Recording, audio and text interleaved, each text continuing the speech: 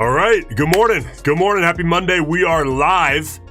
A couple minutes out here, 7 minutes out from the open, and we are dumping off here. The Nasdaq is down. You guys remember last week we were talking a lot about going downside for getting more volatility, right? Well, it looks like we got our wish, and we'll see how the rest of the day goes. We're down about, I don't know, what, 1.25% here so far on the trading day. With futures, you know, the percent gain loss on the day is always a little bit wishy-washy because it's open 23 hours a day, right? So that's where we're looking right now. As far as news, we're clean today.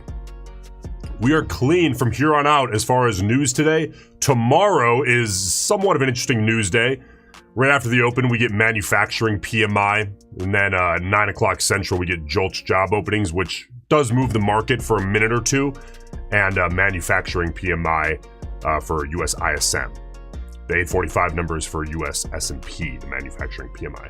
That's tomorrow, okay, April 1st. Today, we are clean as far as news, really, at least expected news from here on out. So we can just trade as freely as we'd like.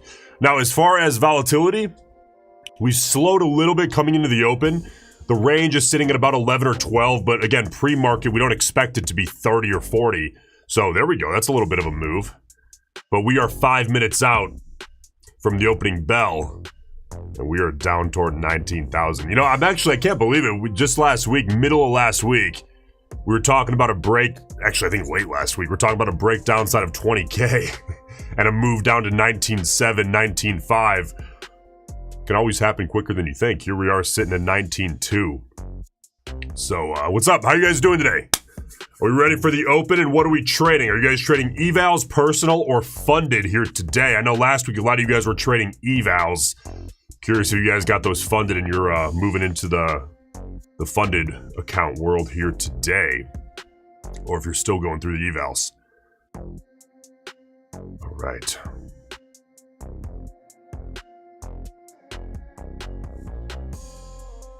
So I'm hoping we'll be able to take some more trades here this week. Last week it was kind of, honestly, it was a little slow. Wednesday we got, I think, 1 trade. Thursday we caught 2. Friday, again, just 1. Managed to, you know, get out some decent little green days, but I want to start putting up some bigger numbers here. So let's see what we can do. Ken, doing both evals and funded. Eric, both evals and funded. Good. Dale's trading funded. All right, cool, guys. Cool. Last week it was a lot more eval responses, so it sounds like people are getting funded, which is good. Obviously, that's good news. All right, a couple minutes out here, 3 minutes out from the open. You know what? I'm kind of looking at today. Here, let's look at this. See that daily chart at the bottom of your screen? I'm not totally sold. A lot of people will come into today and say, you know what? This is going to be a trend day. You have to understand that trend days are absolutely more rare than most people like to believe or bet on. So if it's going to be a trend day, you have to make it prove itself that it's going to be a trend day through the price action, at least in the first 15 to 30 minutes. Okay, but based on the inertia of the market, which is the last like 2 weeks of trading, I'm heading into today saying, okay, we may see a trend day, but until we see that, I'm thinking potentially wider range day and scalping mentality. And then once we get that trend day confirmation that, hey, at least we're seeing that for now, or at least this morning, then it's time to start trading continuation. Until then, I'm thinking, okay, market inertia is range. But again, it wasn't tight channels last week and the week before. What it's really been is big, wide ranges with maybe some little trends in between. Okay, but not strong enough trends to really justify continuation trading. It's been a lot more reversion trading the last couple of weeks. So I'm thinking that heading in until we see the market tell me otherwise.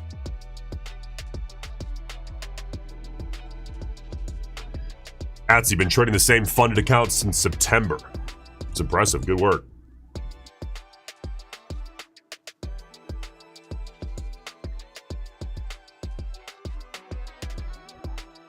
Okay. So hopefully You know, honestly, what I'm really looking for today is just volatility. Last week, a lot of people struggled because when volatility, you know, for a lot of traders, they trade big and they really look for trends. Now, there's a problem with that. Obviously, 80% of trend breakouts are going to fail. So when people trade way too big, which most people do for funded accounts, they trade way too big. Because, you know, the ego gets to them. They want to trade multiple minis in a 50K Apex account. That's just too big. And then they end up getting chopped out on a week like last week when volatility's low and, you know, maybe 95+% of breakouts fail. So you got to trade how the market's price action is going. All right. So again, what I would love to see for everyone's sake is just a hell of a lot of volatility today. Get this number up top, this number here, that range, that blue flag, the teal flag, in the first hour to 2 hours of the day. If we could get that 40, 50 plus, all of a sudden that's a lot more than we've seen the last week. Later last week, like Thursday, Friday, things improved. But Monday, Tuesday, Wednesday especially, it was just tight. We were seeing like a 20, 30 ATR or less in the first hour, which is going to chop people up because breakouts fail. You get a whole lot of channel trading. There's the bell. Let's see what we get.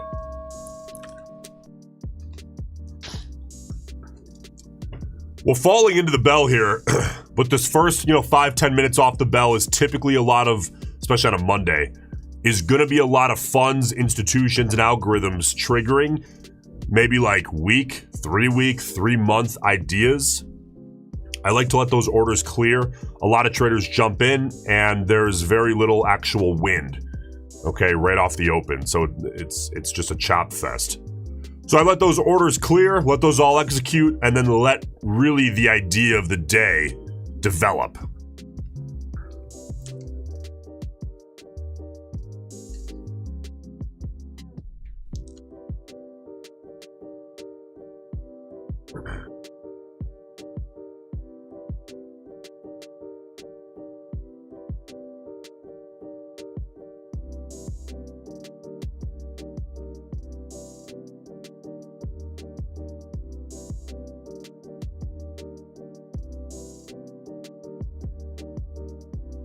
There we are, getting continuation downside here.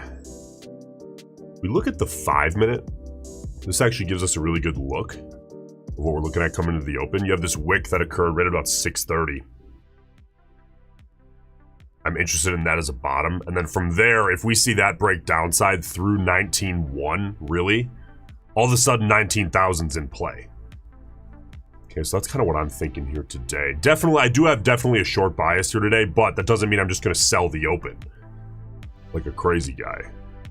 A lot of traders might do that, but let the market come to you. Okay, good first 2-minute bar here off the open. Coming into that low.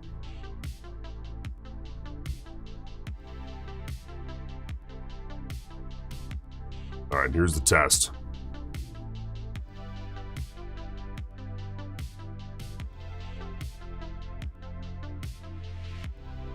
There's a few stops getting triggered. That's going to give us about a 10-point push, typically, off the open at least. That's giving us a 10, 15-point push, which is good. Again, whatever triggers more volatility is good for us, at least right now. And there's the break of 19.1. Beautiful. Beautiful downside push.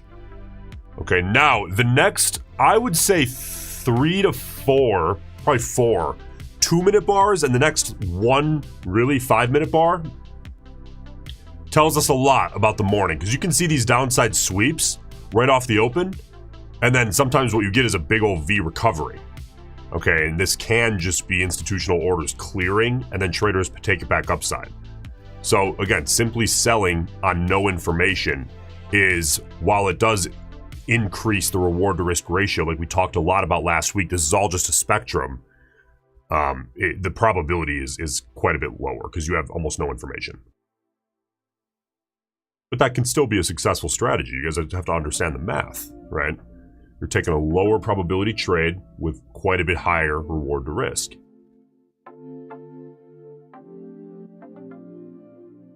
Oh, beautiful. There's 19,050. I want to see the big old test of 19. Honestly, I would love to see the market hold off on the test of 19 until we're kind of in the zone that I can start trading. This opening zone, again, a lot of institutional orders. Makes it really, really tough to find edge because their ideas are a week, a month, 3 months out. Not necessarily just today. So I like to wait until we're getting to that period where really most of the trade, well, at least a lot of the trades are happening with an intraday mentality. It just feeds on itself better. I find it's a little easier to find edge after, 840, 845. But that 19,000, that's an area that I would love to see a setup on. Kind of a stop limit sell setup if it occurs after, that initial window. Well, Quicksilver sitting short for his sake. Let's hope that dumps to 18.6.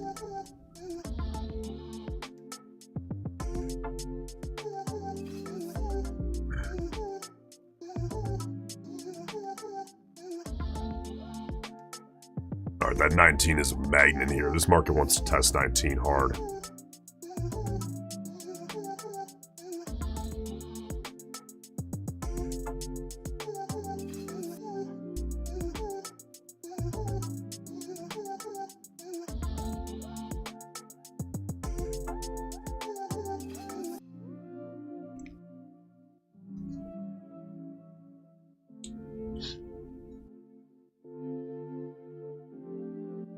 A little bit of a rubber band snap, which, by the way, is part of the issue with just trying to sell an opening move like this.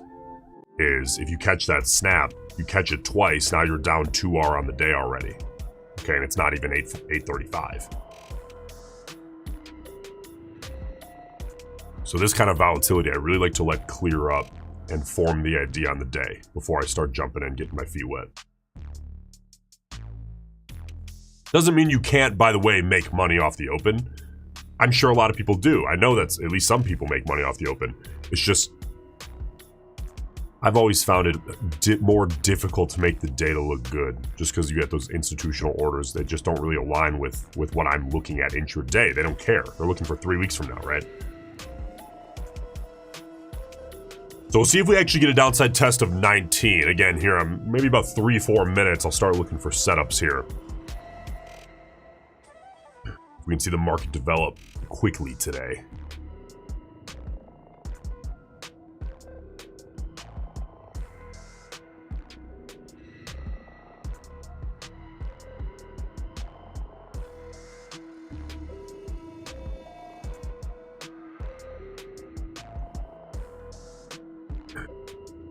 So I'm going to be trading a few Apex, I think 6 today.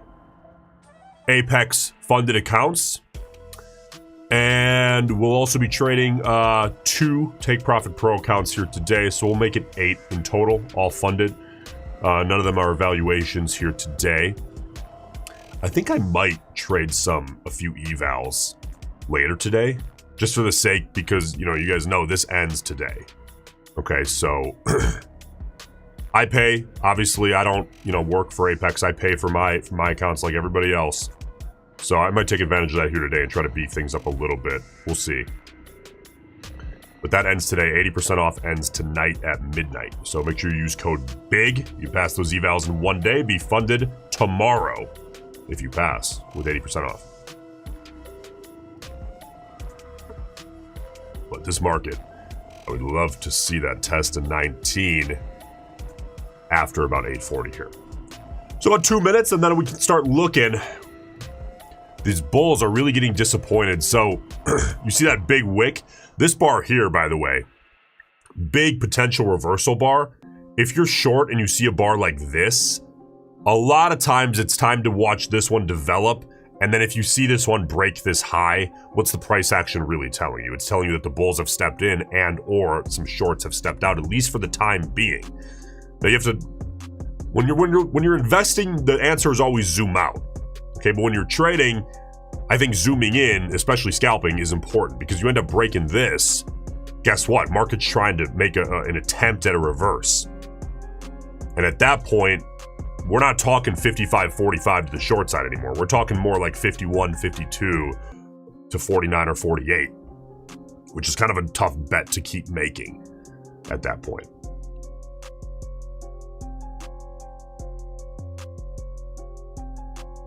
And you know, by the way, when I say these things, guys, I really don't want everybody to take it like I have some chart on my wall with TA setups. This is price action, right? This is buyers and sellers making decisions and that information being presented to you in the form of a chart where it's just easy for us as traders to read. Okay, now as you get updated information, as candlesticks go on and on, it tells you things about how the push in either direction is looking. And you just have to make educated decisions. I have both pulled up. Steve-O, I have the 2 and the 5. I trade off the 2. I use the 5 for context, and I use the daily for big picture daily context, like market inertia. The reason I trade the 2 instead of the 5, I do sometimes trade the 5, but the reason I'm trading off of the 2 minute instead of the 5 minute is because the 2 minute helps offer more setups. However, the quality of the setups on average is going to fall going from the 5 to the 2. Now, the 1 minute is even more information more quickly, and I find it's a little too information too quickly for futures. Not the case for like momentum stocks. So with futures though, I think the 2 is a good balance of setup quantity and quality, but I still use the 5 for context.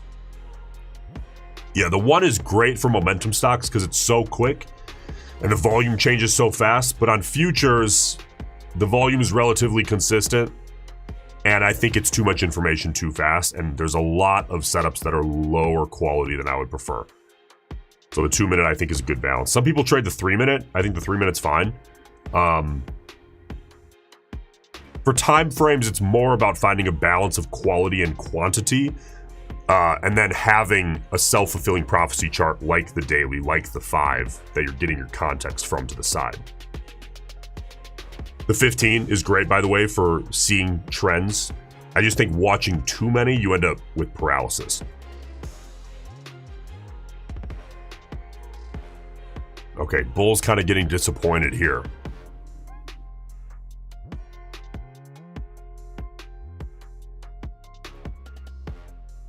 So you see these bulls unable to really recapture that high on this candle. Get a little bit of disappointment, a little bit of selling. What about extremely small time frames like the 20-second chart? So trading, let's say the 10-second is actually kind of common in the stock world, the micro scalping stock world. For futures, I think it ends up really triggering a lot of trades that are too low a quality, at least for me. You can absolutely make money on any time frame, by the way. It's just the shorter time frame you go, on average, the quality of your setups is going to fall a little bit, but the quantity is going to rise. So find a balance that works well for you. Okay, here we are falling a little bit down toward 19. This next 1 to 2 2-minute bars, I'm very interested in seeing how they close. This one's about 1:40 out from closing.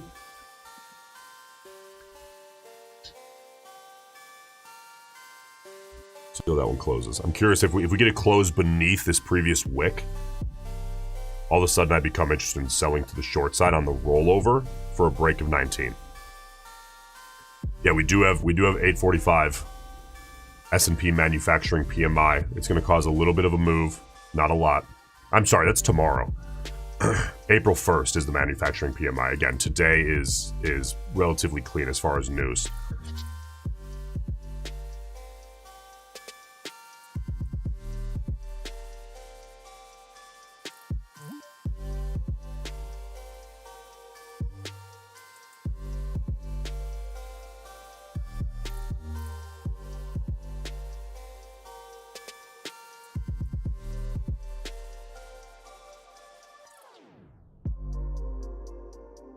Chicago PMI is already out. That hit a little early. The result of that, by the way, Chicago PMI actual was 45.5. The forecast was 45. Previous was 45.5. Came in the same as the previous, a little above the forecast.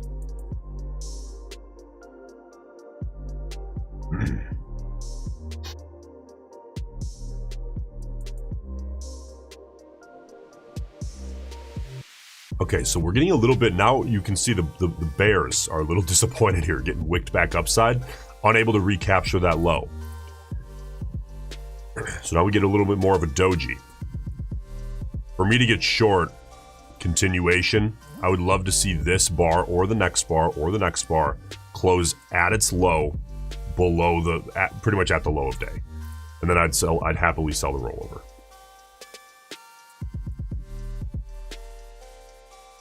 Yeah, so just so you guys know, with news like that, like Chicago PMI, a little bit less of a major headline. They're a little bit, okay, here we go. There's the break. We're a minute 30 out from the close of this bar. With continuation, I like to wait for the close of the bar, by the way. That is not the case for reversion. Reversion, I'll take it mid-bar. That's just how I like to do it. With less crucial headlines, they're a little bit less on schedule sometimes. Sometimes they'll hit it a little early. Usually not late. Sometimes they'll hit it a little early. But like with CPI, it's pretty rare that it's going to hit early. Though sometimes you will get a move a little bit early if it's leaked, which unfortunately happens sometimes. Okay, here's the test of 19. And we are 48 seconds out, 45 seconds out from the close here. Now we just got a revised US Chicago PMI. It was revised quite a bit actually, 47.6. The forecast was 45, previous was 45.5. That was bizarre. We got a revised number. We got a number early. I think that was actually a Newswire error. we saw a mistake hit the Newswire. Now the real number now, US Chicago PMI actual, 47.6. Forecast was 45. Previous was 45.5. I think the Newswires might have pushed this out on accident a few minutes early, the previous number, because it came in the same as the previous before. Whereas here, again, forecast 45, hit at 47.6. Some of you guys should know about news. Okay, hang on. There's the rollover. Little bit of a wick.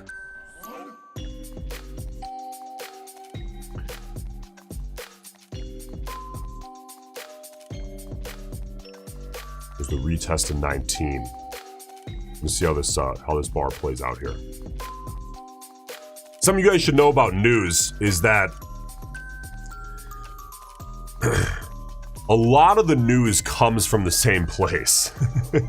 So the reason like a Bloomberg terminal is so fast is because they have a ton of connections and they're kind of locked right in. They have deals with a lot of the sources of news.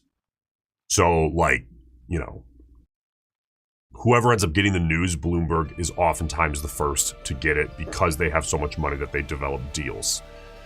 But for typical news, it's all usually coming from one place. Okay, so when there's errors in news with specific companies, there's rumor headlines that hit that get dispersed everywhere. There's errors in the numbers that hit early, like we kind of just saw. A lot of times what you'll see is it hits every news wire. And rather than being distracted and thinking it's some conspiracy, it's not. It's just this stupid thing in the industry where these headlines all come from the same spot. And since almost everybody uses the same direct sources, it gets pushed to like everybody. So if you understand that, you can actually use that to your advantage if you're able to understand that, hey, this is an error or something. If you're able to catch that, which is a little bit difficult.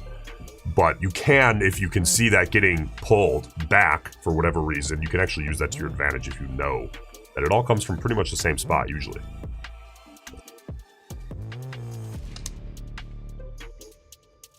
Well, this retest is kind of interesting. So I'm still looking for a bear bar closing near the low. However, this recent bar here,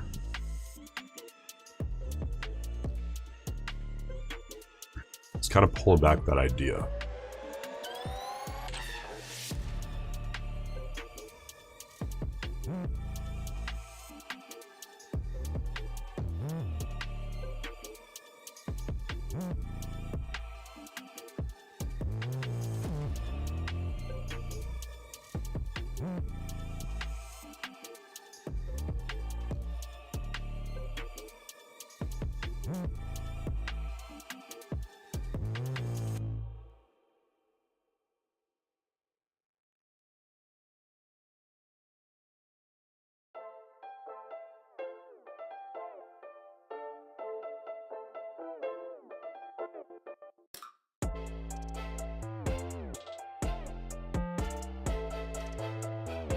Now you guys see this, right? This could be the early development of a descending channel. Okay, but I like my 3 touch points. On the bottom side, we have 2. Though this is so aggressive to the downside that I would not buy the support of this. I would more be interested in selling the resistance once we get 3 really clean touch points. Someone might argue that this is kind of 1 since we never really saw a break. This could be the test point of 2. Though, with this aggressive of a descending channel, I'm going to go ahead and call this test 3, at least for me. So if we can see a nice rejection here, all of a sudden we have an interesting channel to potentially trade. And I would still trade breakouts if we can see this downside test for test number 3 fail, if that makes sense.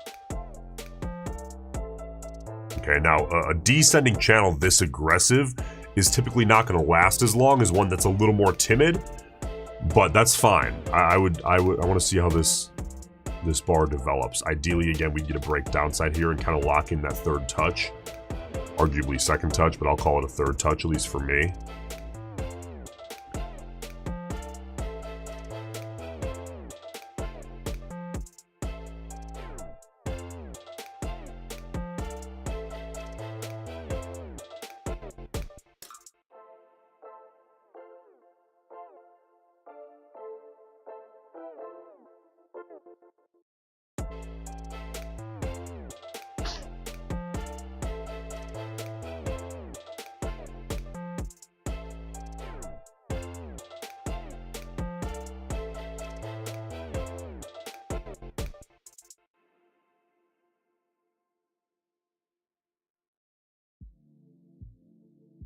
Now, as far as statistics, guys, again, this is just my best estimation.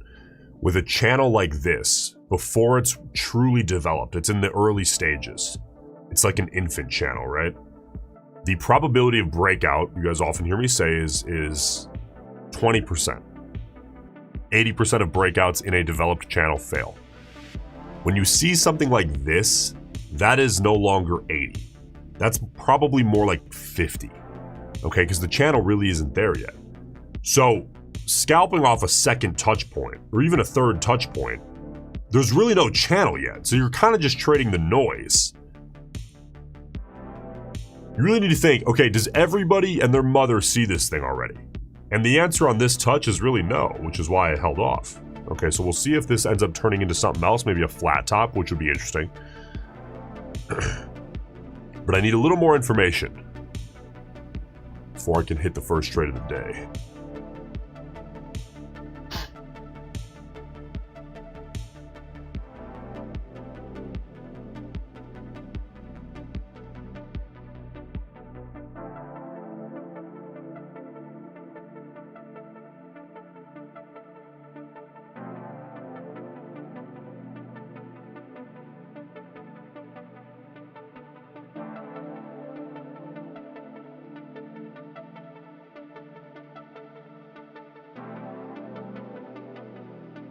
Two-minute right now is the chart to watch, man.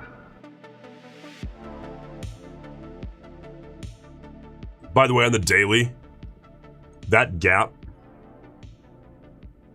for me, I know a lot of people like to say, I'm going to trade the gap. We have consistently seen it taking upwards of a week for gaps to get filled. Market does, we might see it. That'd be fine. But market has absolutely no obligation to fill this gap today. So, am I going to buy for a gap fill in a downtrend? Absolutely not. Unless we see the market tell me that, hey, we're no longer in a downtrend.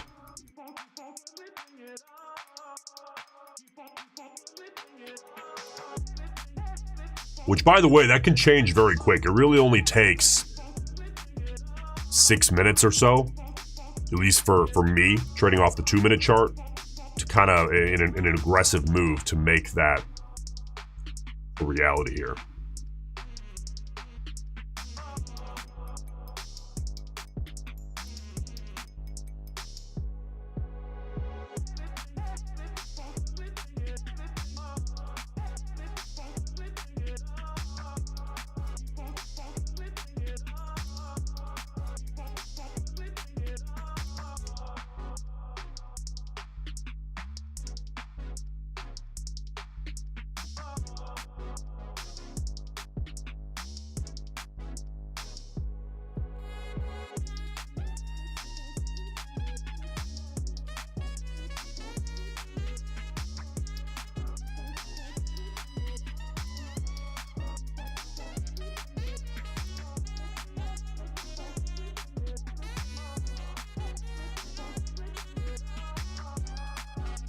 Now, I'd be lying if I said that I wasn't sitting here a little bit tempted to grab a short.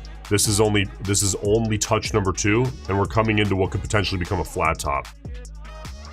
Okay, so as far as information, I don't have enough.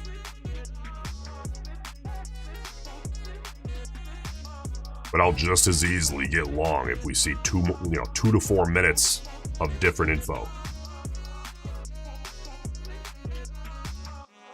Let's let this thing decide what it wants to do here.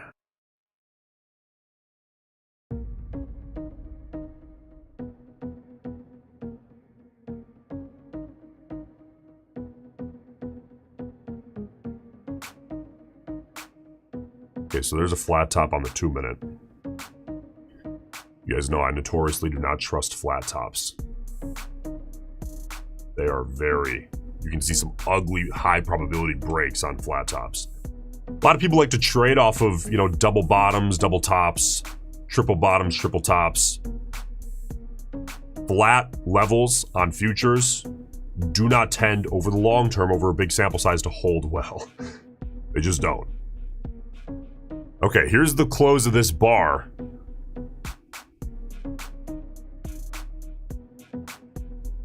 So I'm interested in buying actually this rollover and getting long. Give it a few more seconds. And I will. I'll go ahead and buy that rollover for a decent probability. It's not extremely high, but a pretty decent reward to risk. Okay, so I'm sitting long currently.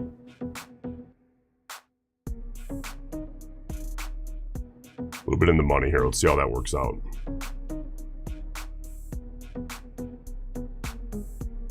Here's a 2 minute.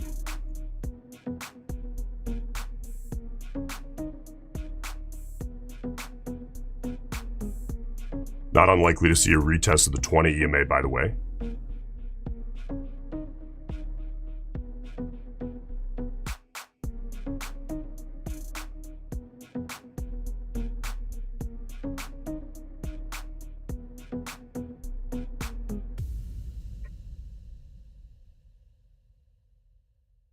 $20 on the 5 minute, by the way, is currently sitting right at about 19,135. Oh, there's a push.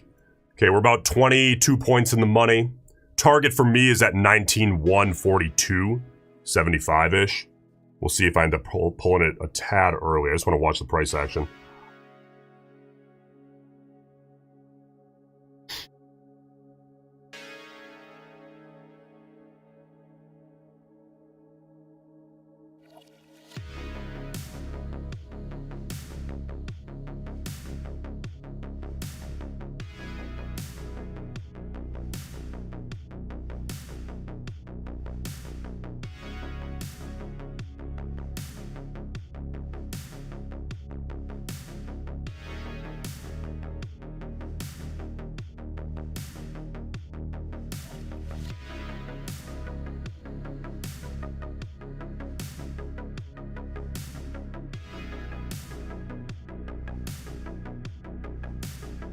So as far as target, I'm asking for a little bit of a push. Maybe 8 points, 9 points through the 20 EMA on the 5 minute. Okay, I'm okay with that as far as just noise on the Nasdaq. That's fine.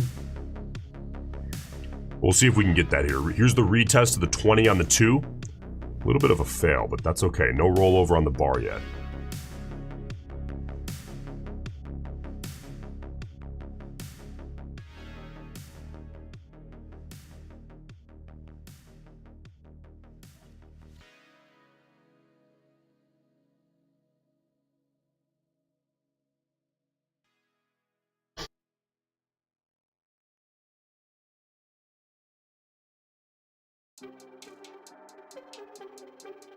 Right, here's a push downside.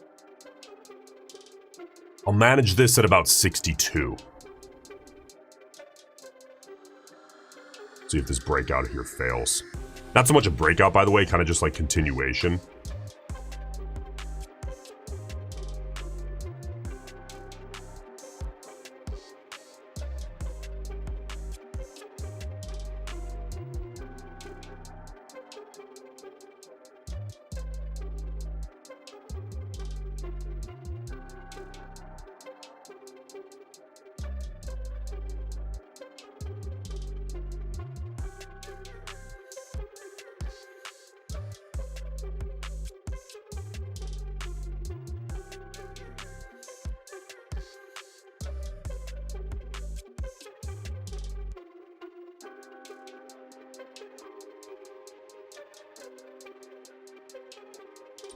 All right, sitting pretty much flat, a little in the money here now.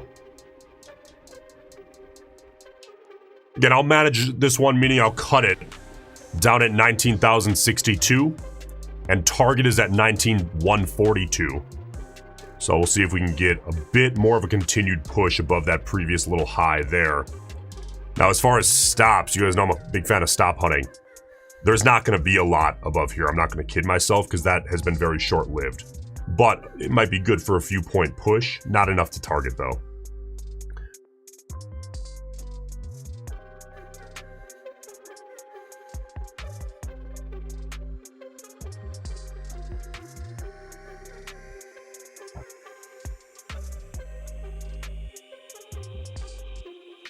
All right, 23 points, 25 points in the money here. Target at 19,142. Here's the test of the 20 EMA on the 5, by the way. Just need a little bit of a push. Again, that's not an exact level, it's just a range, but I'm not, I'm not pretending like it's not a hang up here.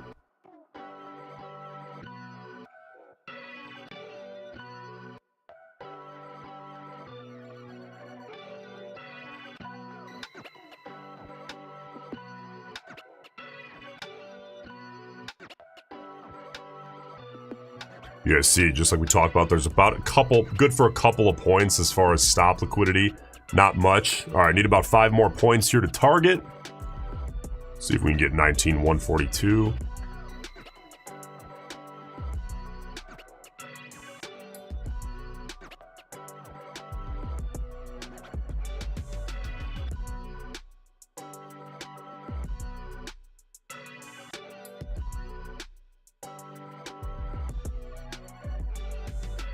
There we go.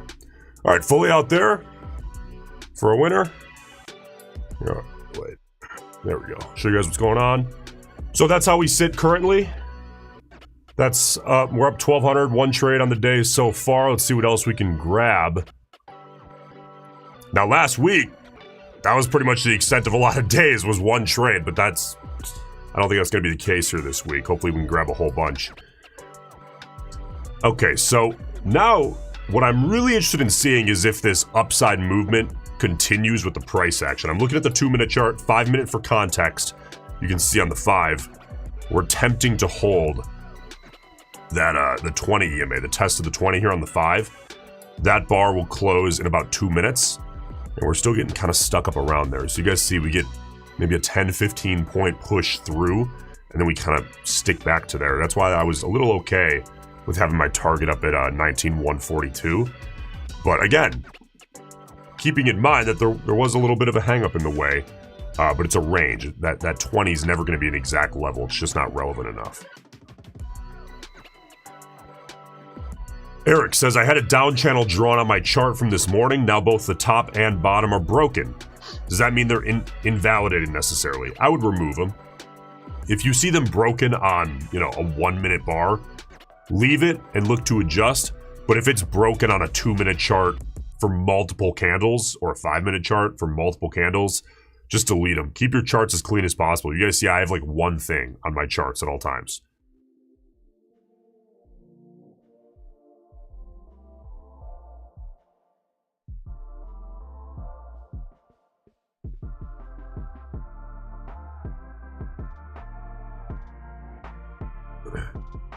All right, I'll be back in 2 minutes.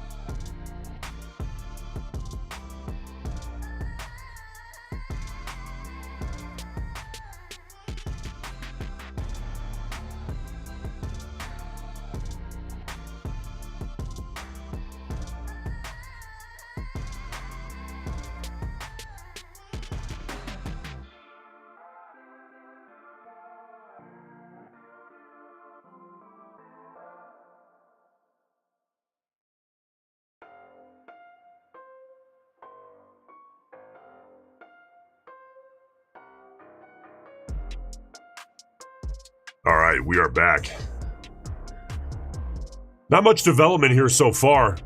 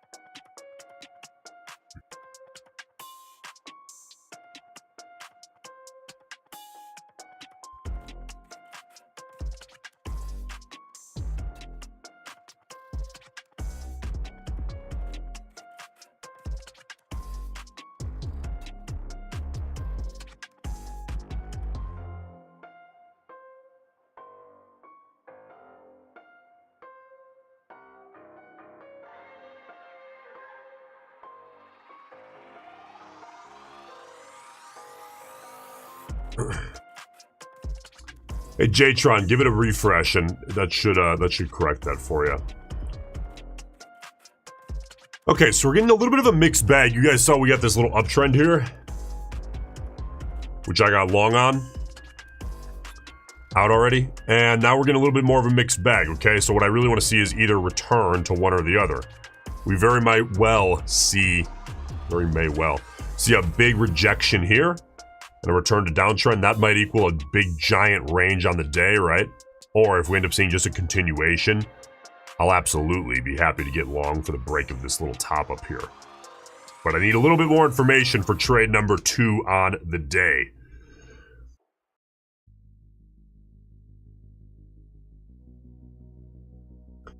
Eric, for the Apex 30%, that only applies to one single trade, correct? I'm down 450 in 2 trades for my 25K account. Can I keep trading? Okay, so you're not talking about the payout rule where your profit can only be 30% for any given day, right? You're talking about the 30% open realized loss rule. So for 450 in 2 trades with a $1,500 drawdown on the 25K accounts, yeah, you're fine. Assuming you didn't lose more than you're looking at 450 in 1 trade.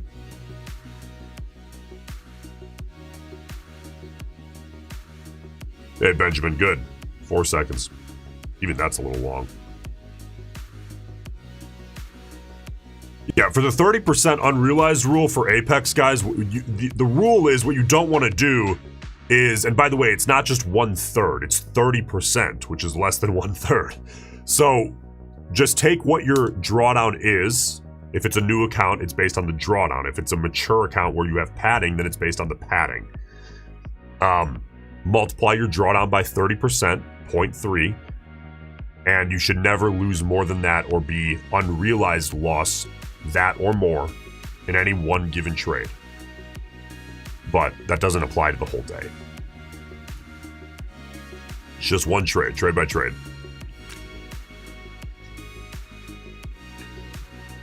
Okay, now I'm really interested. We're about 1:45 out from this 2-minute bar closing. I'm very interested to see how this one closes.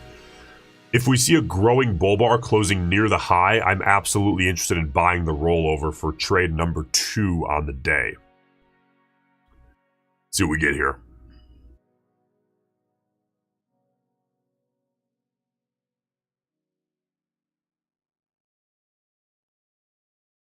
You guys haven't already, hit that like button, please.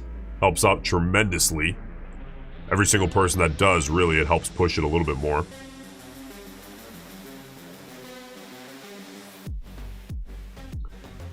Zachary says, ETP copy trader flipped me short on 2 accounts when closing that long position. 3 of them closed like they should. Something I need to do different? Zach, are you using Ninja Trader? Answer that and I'll tell you what's going on. Still looking to see how this bar closes. 45 seconds out from the close of this bar. Again, I want to see a growing bull bar closing near the high. Yes, so Ninja Trader, for those of you guys who use Ninja Trader, you should know this. Not that you should know it already, but you should be aware, I mean, for the future.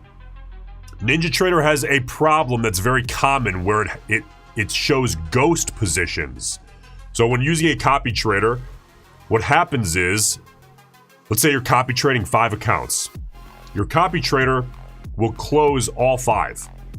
But what happens is NinjaTrader says, oh hey, 2 of these still have one long contract, but you really don't. And there's no way to know that because NinjaTrader says you have 1 contract, but you have 0. So what happens is when you try to flatten that 1, the copy trader sells 1 to try to close, but you have 0. So it sells you 1 short in those 2 accounts. ETP is working on it, but it's a NinjaTrader problem. I've talked to the ETP developer directly, and he's like, I've made him very aware of this. I said, if you can fix this, you win.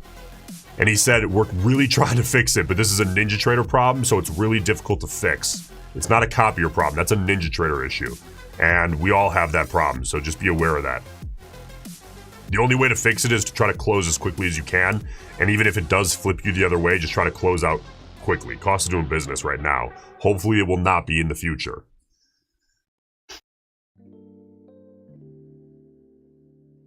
Eric, that's not a noob question, just... I know, listen, you guys, I will never shame anybody for asking a question. Trading is hard. Okay, and everyone has a day 1. Everyone has a day 1,000.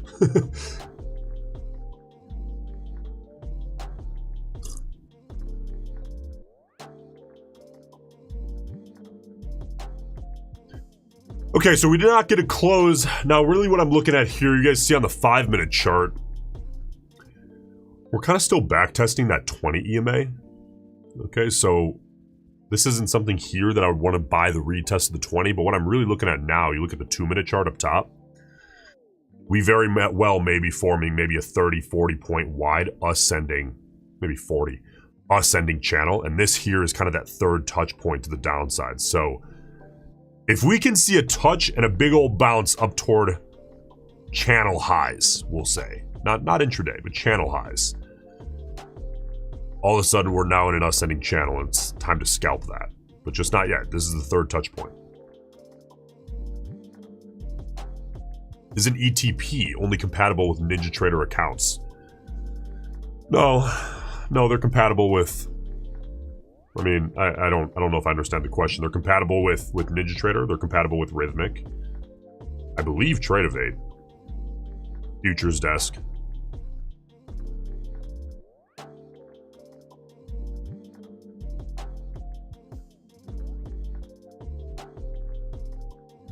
Alright, so let me draw this out for you guys.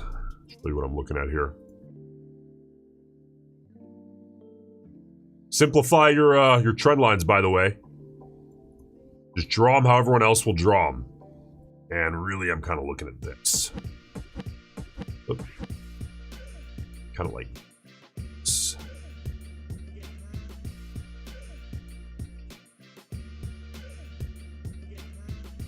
So let's see if that holds. If that holds, I'll have to start scalping that.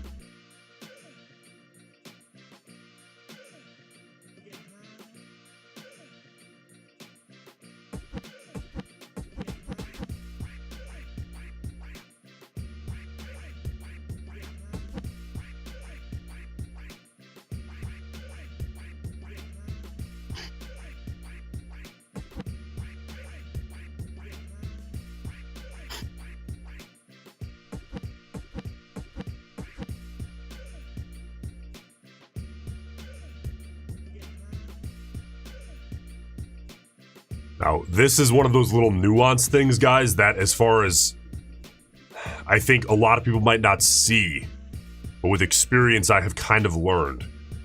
When we're seeing this developing channel like this, okay, this is kind of a fair warning. With each bounce, I kind of want to see it beat the previous high, right? Because that means it's testing the upside of the channel. but here you see we got that mushy little bounce. We didn't even break the previous wick. So now this retest bar here, a lot of people might buy that. I can't buy that because we see a break, right? Now we're testing the 20. Okay, if we end up bouncing, then I have to redraw the trend line. But when you see a mushy little bounce like that, same deal with a mushy rejection in a descending channel, it's showing a loss in strength. Okay, and it's very common to see downside breaks of the channel when we see a mushy bounce like that. It's very common. Probability of a break downside goes way up. Not enough for me to just short it, but it goes way up enough where I can no longer buy a retest like this. Now, had we seen this come up and test here and then retest, I'd be long right now.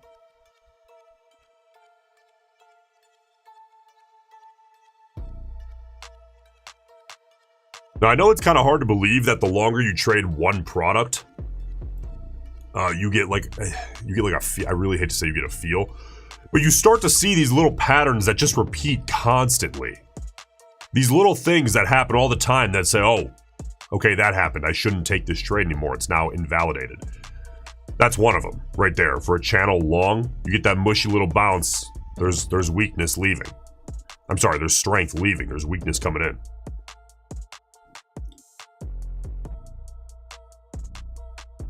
Fear and Greed Index just came in 18 out of 100. Extreme fear. Now it's somewhat showing in that range, that teal flag at the bottom. The ATR is currently 37 for a 2-minute bar, which is not bad. We've seen worse.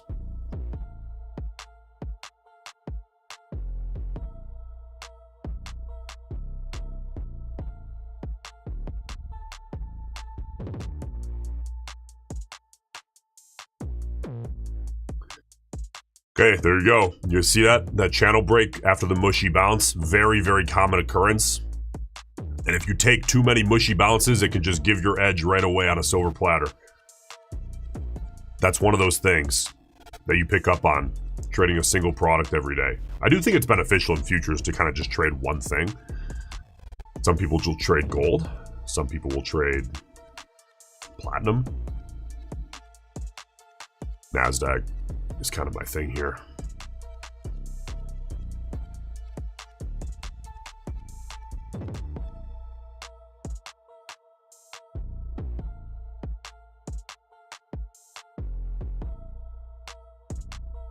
Now, there are going to be a few stops right below here. It's not going to be some massive load of stops or anything, but it would not surprise me to see a 5-point push on a breakdown side through here. If we can get this bear bar closing near the low in this region here, maybe a 15-point range, 10-point range, I'll sell the rollover. But this bar closes in 15 seconds now, so I kind of doubt we're going to see that.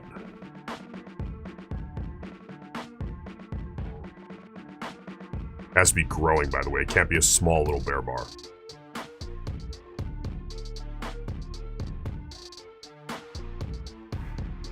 Too small of a bear bar. Losing strength after the previous bar.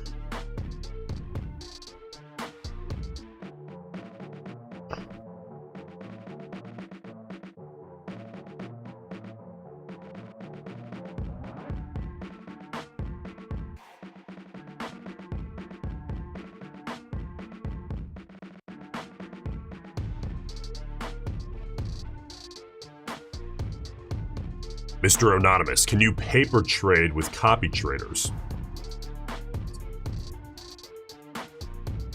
What do you mean? Do you mean can you lead with a simulation account, or can you... Are you asking if you can trade like 10 sim accounts? Any more context on the question?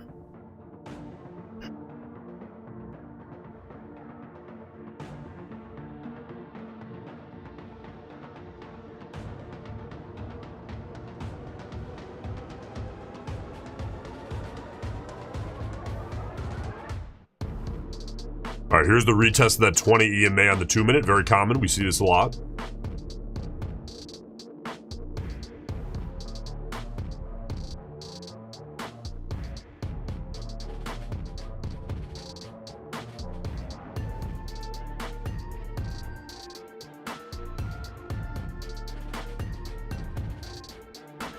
As far as copy trading with fake money, I don't know why you'd want to do that. You can just trade one sim account, unless you're saying to test the copier.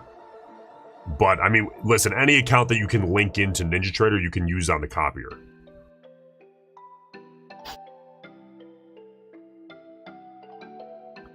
Okay, here we go. There's the rejection off the 20.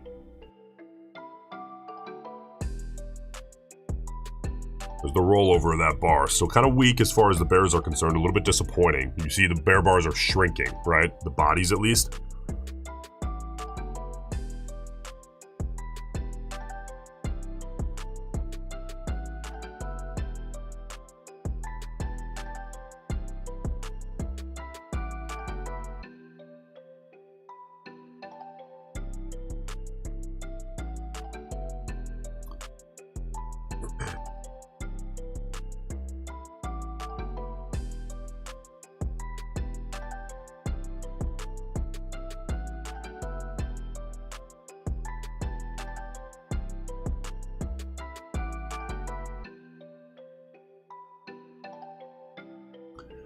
I'm looking for a growing bear bar closing near the low, is what I'm looking for right now. And then I'll sell the rollover for trade number 2 of the day.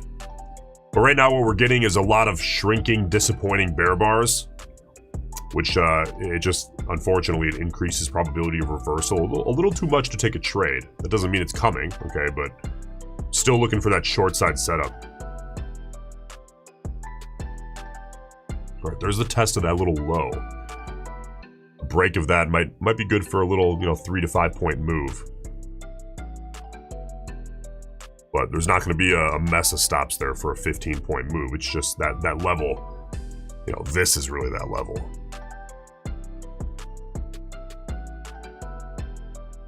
All right, this bar closes in 20 seconds.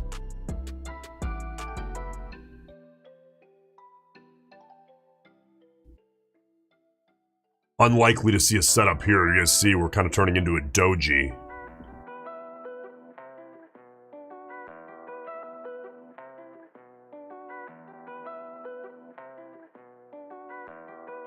Still not there. At least for me, not there yet.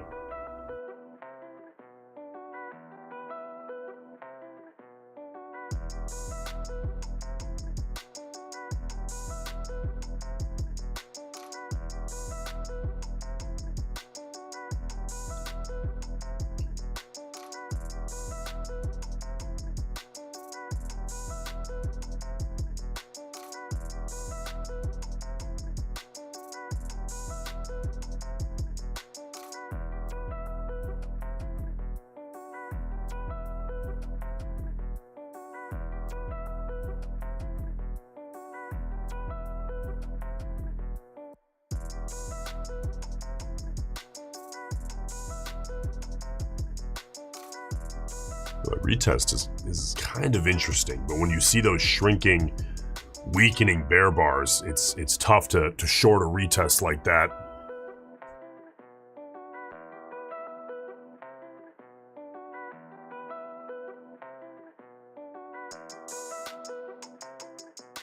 Okay, there's the push. Like we said, about a 5 point push. Taking out a few stops here. Not a ton of orders, but those are now clear.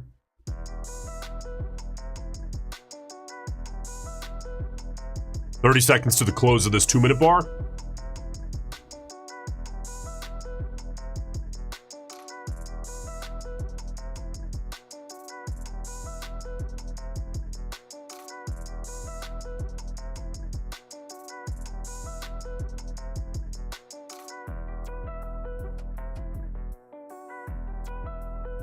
We can back up a little here. No continuation setup. You see we get a doji. Okay, now had this closed near its low or pretty much at its low, I'd be sitting short right now on the rollover. I would have sold the rollover. You get that doji, what does that tell you? Right, it goes from low to a doji kind of at the last 10 seconds. It means either sellers are stepping out or you have buyers stepping in. Doesn't mean a reversal's coming, okay. But means the probabilities aren't as good. Shallow, one trade so far. We're sitting up 1,200 bucks right now. Looking to take trade number 2 here as soon as we can.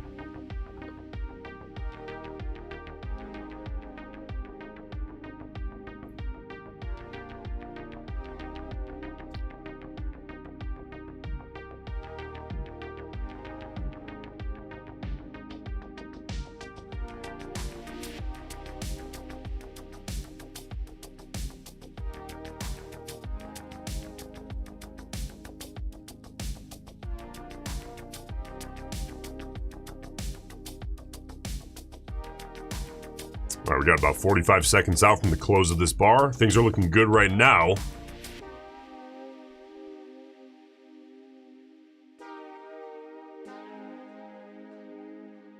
See if we get the chance to sell the rollover here.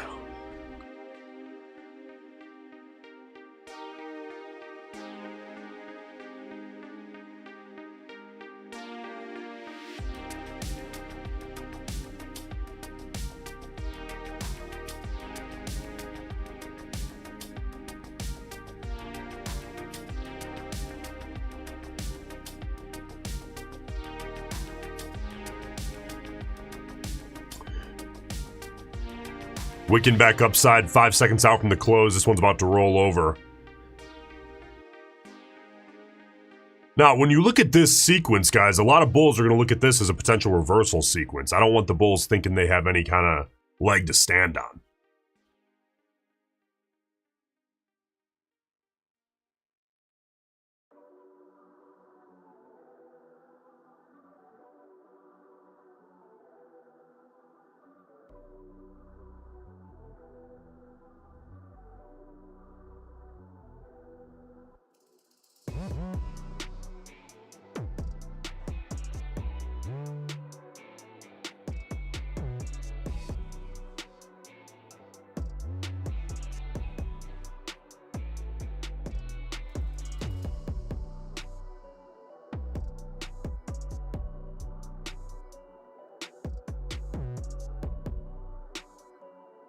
Really still looking for the bulls to kind of give up here.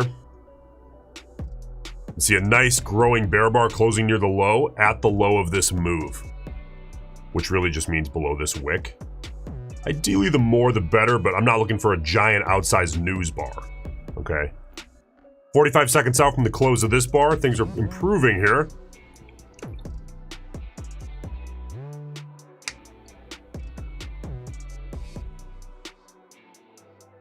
Hmm. 30 seconds out.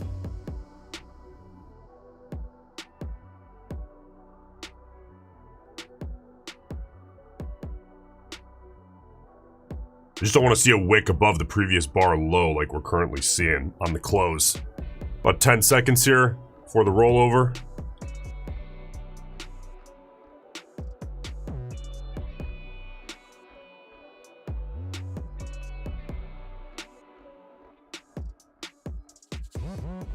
You guys see this? Look. Close. Right at the previous bar's low. We're still hanging up in that spot. A little bit of a bounce here. You see that? Little details for price action trading, they really do matter a lot. I know some of you guys think I'm too picky. Well, maybe you're not picky enough.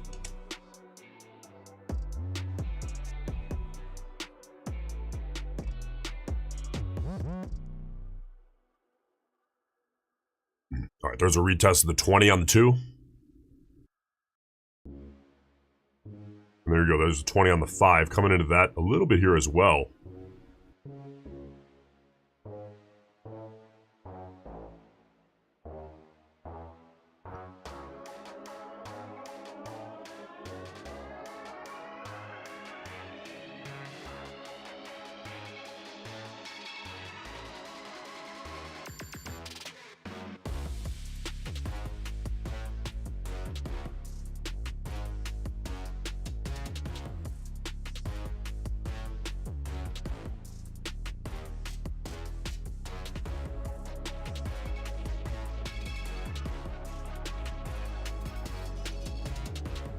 Benjamin, I'm brand new to futures, only 39 trades total, and I'm at 51.28% win-loss.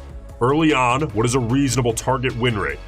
Now, Benjamin, if you're going to hang around here, there's one more thing you have to add to that equation, because win rate means literally nothing unless we have context of reward to risk. What is your average winner versus loser? That's the other side of that equation. You can't have one without the other.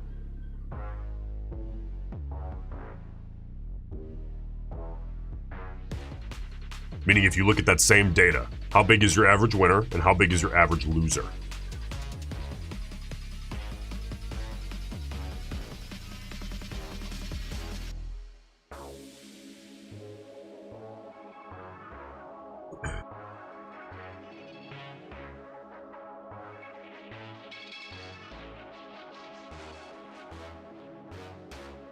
All right, so that green bar after the red sequence, that kind of resets things here a little bit. Just watching to see which direction this market decides to go, because right now we're in a little bit of a shrinking range after that bar.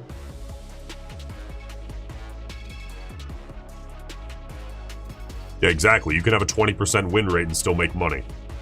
You can also have an 80% win rate and still lose.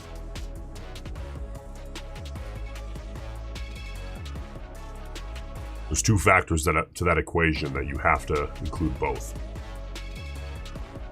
Okay, here's the test of the previous bar's high. Looking to break above that 20 on the 2. And on the 5-minute here, you can see we're coming in for a test of the 20. Again, relevant, but not everything at all.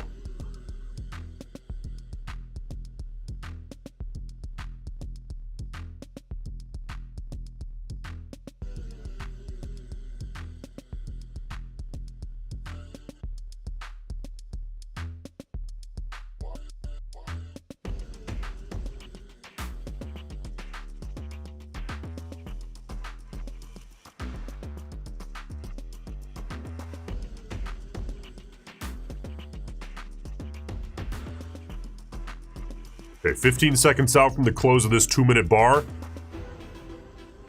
I want to see the next rollover, because that previous bar was a disappointing bar for bulls. You got a big old wick.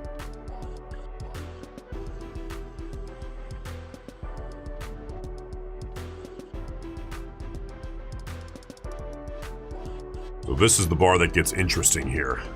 Now if we extend this out, this is less relevant now than it was previously, but I do want to know where that sits. Sitting at about 19, maybe 2, once we get another bar rollover.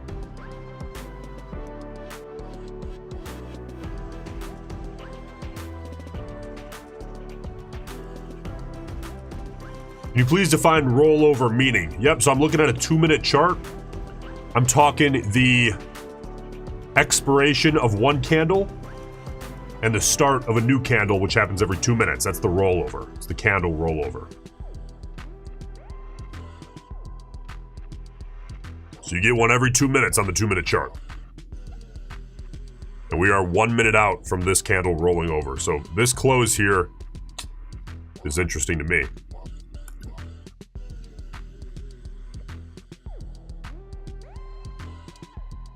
Okay, so here we are coming in now to, well, I guess you'd call this intraday highs essentially. You have this flat top up here. You have this wick. There's going to be stops here. And you can see we're basically testing it and rejecting off of there. Wicking down 30 seconds out from the close of this bar. You know, if we could see it close right about here, guys, I would buy the rollover. For the breakthrough here, take some stops, push me maybe 5-10 points in the money off the bat, and then look for an upside test of this trend line, see if it gets respected. So that's 10 seconds out. We're wicking down though. Bit of a disappointing bull bar.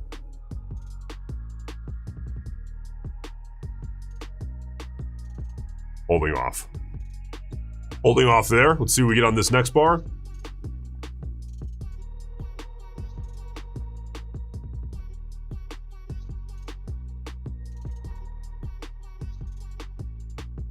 If you look at the 15-minute orb, listen, everyone's going to have their own style. I do not, no. I think people get really caught on certain strategies. like, oh, this is the one that's going to do it for me. Maybe it is, but there's a lot of ways to trade. There's not just one. There's not one way to trade. So, you know, no one strategy is going to be the one. It's just the whatever's, you know, trending. So you see a lot of different trending strategies go around, and it happens every few months. There's a new one. At the end of the day, price action is king. It always will be.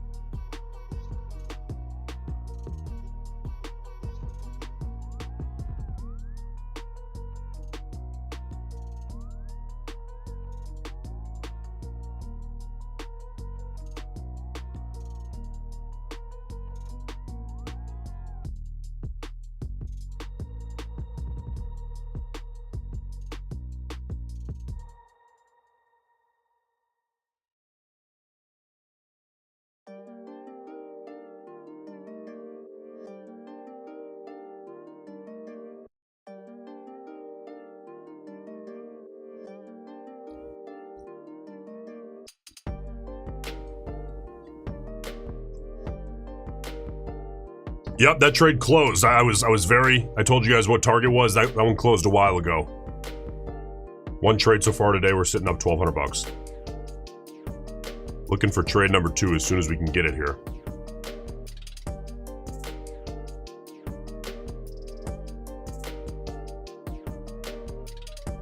By the way, I did mention when I closed that as soon as it did.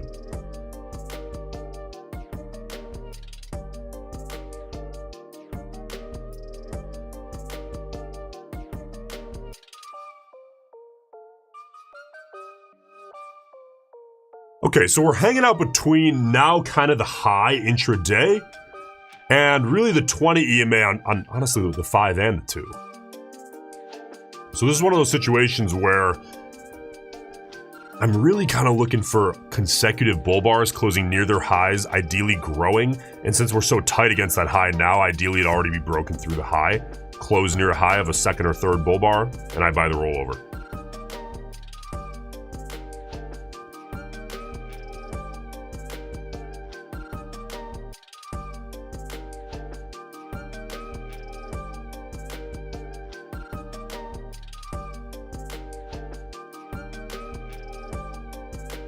Yeah, volatility is nice today compared to last week.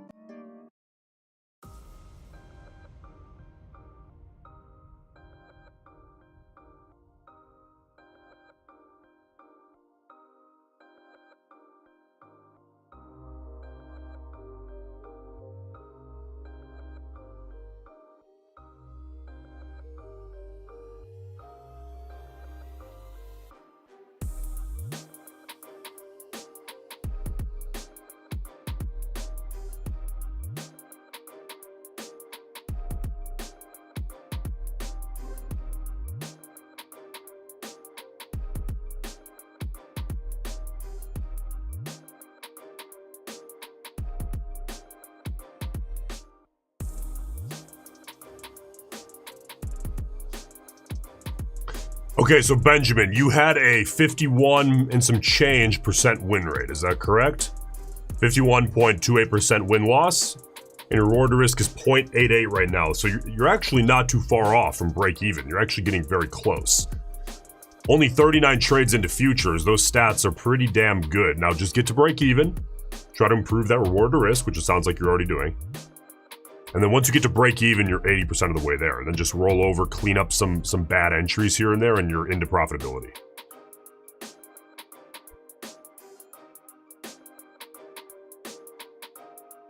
Okay, so we got one bull bar looking for a consecutive bull bar, and then ideally a close near the high of a growing bull bar, clearing this flat top here. just because I would buy the rollover right ahead of the flat top, but the way that this is acting and how tight we are now to the 20 EMA on both the 5 and the 2, I kind of just want to see that clear and get it out of the way, get those orders and those stops out of the way, and let some fresh price action come on in.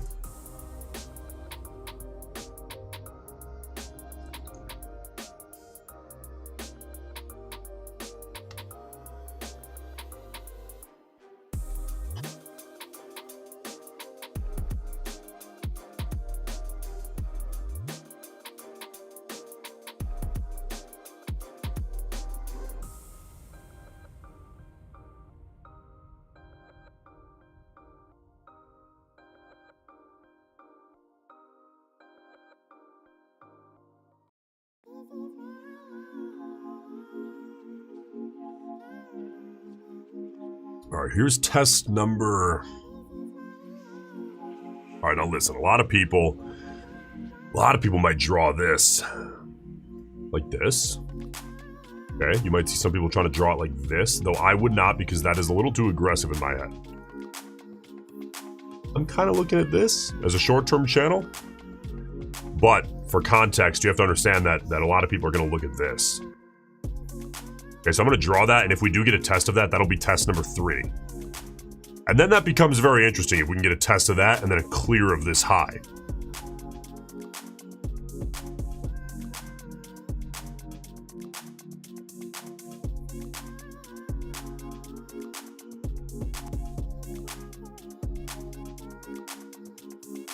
All right, so here we are coming into a test. Here's the same look on the 5-minute. Aggressive on the 5-minute, okay, but definitely there.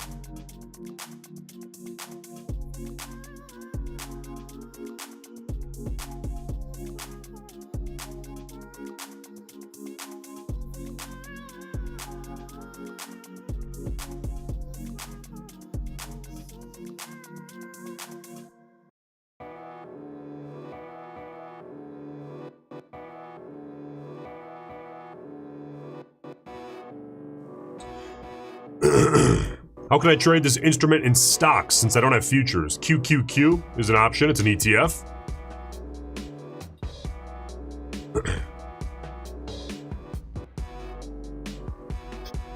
I think futures are, if you want to trade the Nasdaq in general, I think futures are probably your best option. Just because there's no PDT rule. QQQ is technically an ETF. But it essentially a stock, I guess you could call it that, yeah. It just doesn't represent a company, it represents a pool of companies, it represents the Nasdaq.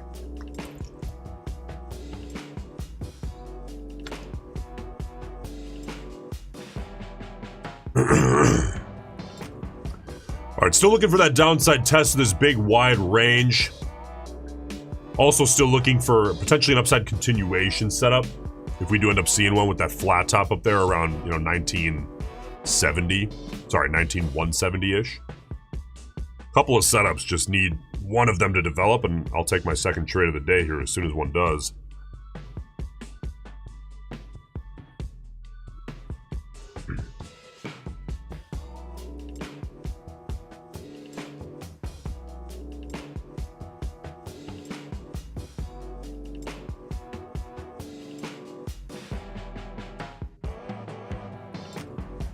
Yep, you should be able to trade ETFs with any stock account. Though keep in mind, if you have a margin account under 25K, then you fall under PDT. And if you use a cash account, then you are subject to the potential of having a good faith violation, which is settlement.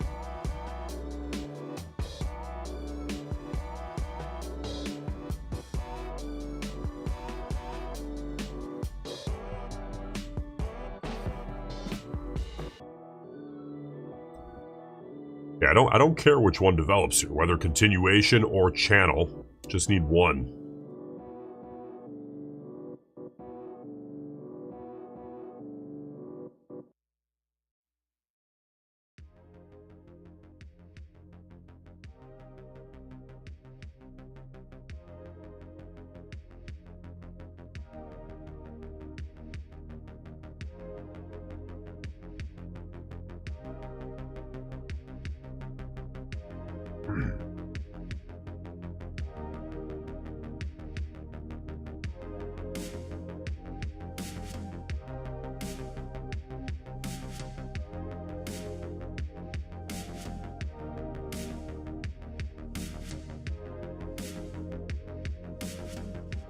All right, 30 seconds out here from the close of this bar.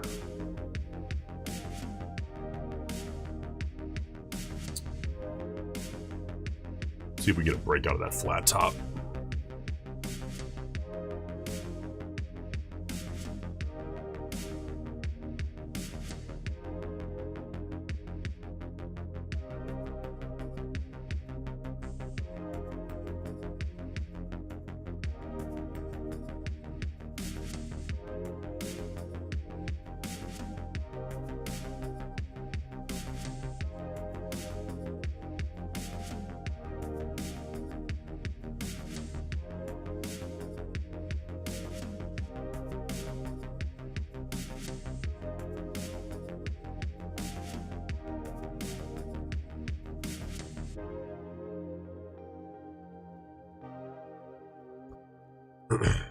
Do you view this as a cup and handle? Listen, I've never been huge on the patterns thing. I just prefer to take a multi-bar, but really bar by bar, but with the context of multiple bars viewpoint as far as price action. The traditional, like, oh, this is a flag, this is a trap, this is a cup and handle, this is a head and shoulders. There's something to them. I'm not saying they're complete bullshit. But when you have something that's taught like that as such common knowledge, I've never found the edge to be substantial at all. It's also very up to interpretation, whereas when channels get 3 touch points and they're very obvious, basically every single person sees it, which means every single algorithm sees it, which makes the probabilities a lot more cut and dry, as far as 80% of breakouts are going to fail. To some extent, at least, fail.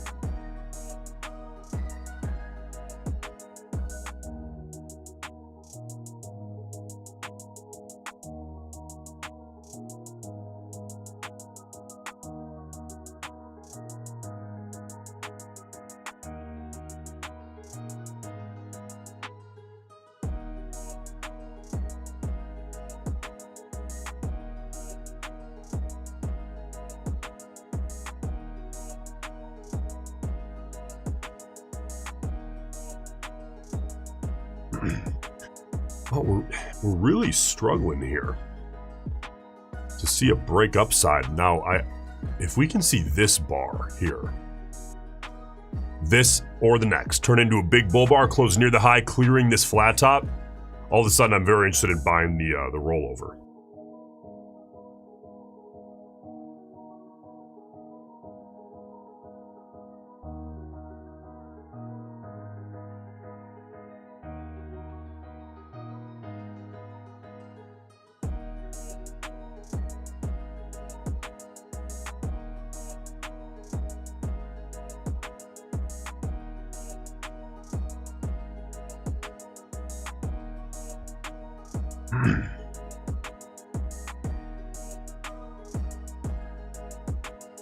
It's 5 minutes, starting to get a little bit sloppy. I think what I want to do here, let's look at the 2. I'm gonna go ahead and delete this. Now I am gonna leave this one on and just extend it just for context, though I imagine we're probably gonna end up deleting this here once we see at least one test, if we get up there far enough to see a test. But right now, I'm mostly interested in price action, bar by bar, you know, looking 2 to 3 bars back, really, and this flat top. Flat tops really have a tendency in futures to hold until they don't. And they're, in my experience, a lot weaker than like an ascending support level. Again, this one isn't fully developed yet because we really only have 2 touches. I'd love to see a third.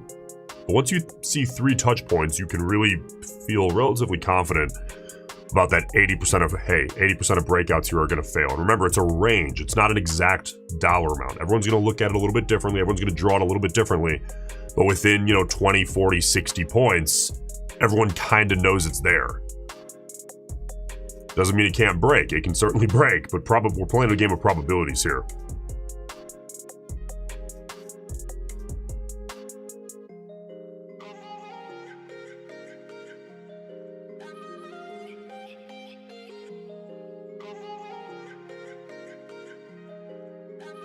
All right, looking like we might see a test here. Let's see what we get. This would be that 3rd touch point, so still the final stages of development of that lower trend line.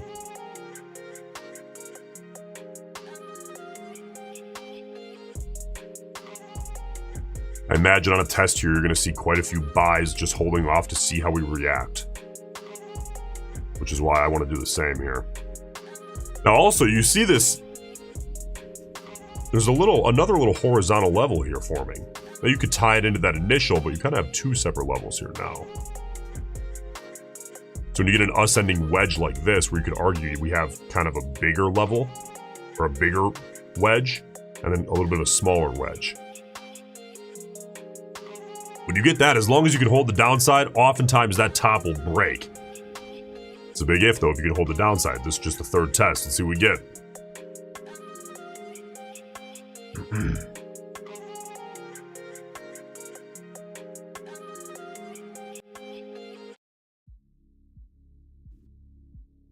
All right, while this develops, I'll tell you what, if something crazy happens, let me know. I'll be back in 2 minutes.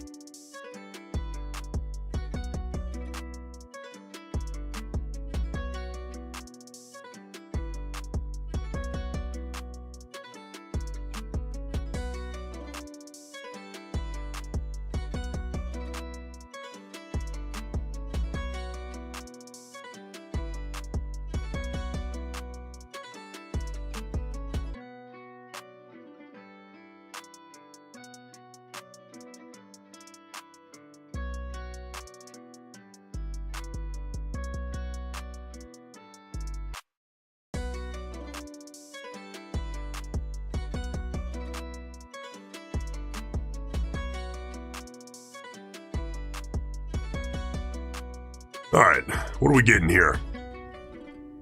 Still kind of within this collapsing little range. Really, it's a wedge. But we need to see a break upside through the flat top or a downside test of this trend line, which we should now extend. Pretty much to there. Now you can also see it's kind of nice. It's starting to maybe potentially line up with that 20 on the 2, which is making me more and more interested. Let's see what we get here. Again, if you're just joining us here, one trade so far today, up 1,200 bucks, trying to take number 2 as soon as we get it here. By the way, again, if you're just joining us, Apex 80% off ends midnight tonight. Okay, make sure you use code BIG. That will always, no matter when you use it, give you the best deal. But today, that deal happens to be single day pass, which means you can pass your eval in 1 day, be in a funded account the next day, really, if you pass. And 80% off. Again, ends tonight. All right, I want to see a break of that flat top.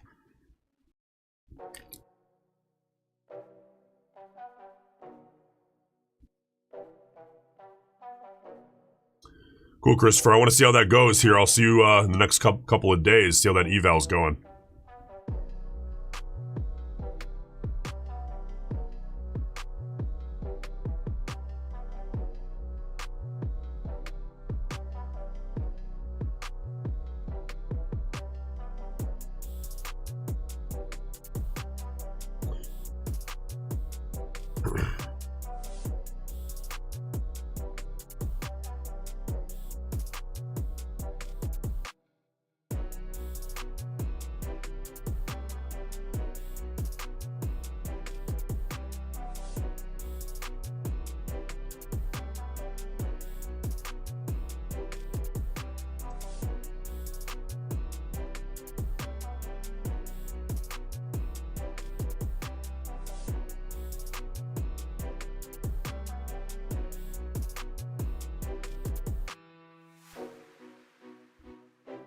All right, here we are getting the test of the flat top. Let's see what we get.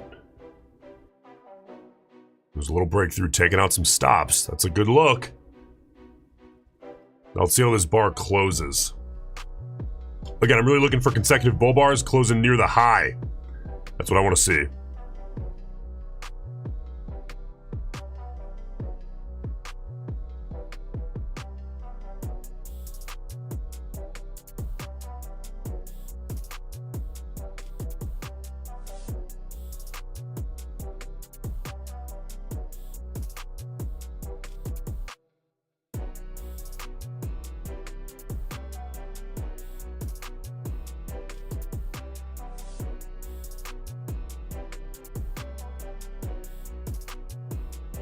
It's a good break if we can hold it.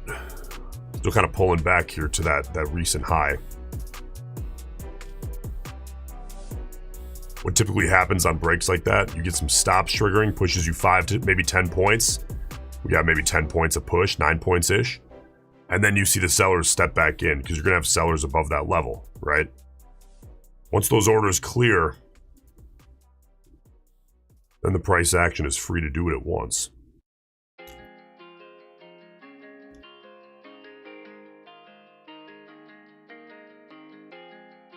About 24 points. Good work. Eric, let it come to you. Don't try to make something out of nothing. Wait till you have the proper information where you know that you make money over the long term. Not on every trade, of course. But you make money out of 100 trades plus. Then hit it. When it's there, market gives you none, you take none. If the market gives you 10 in 60 minutes, you take 10.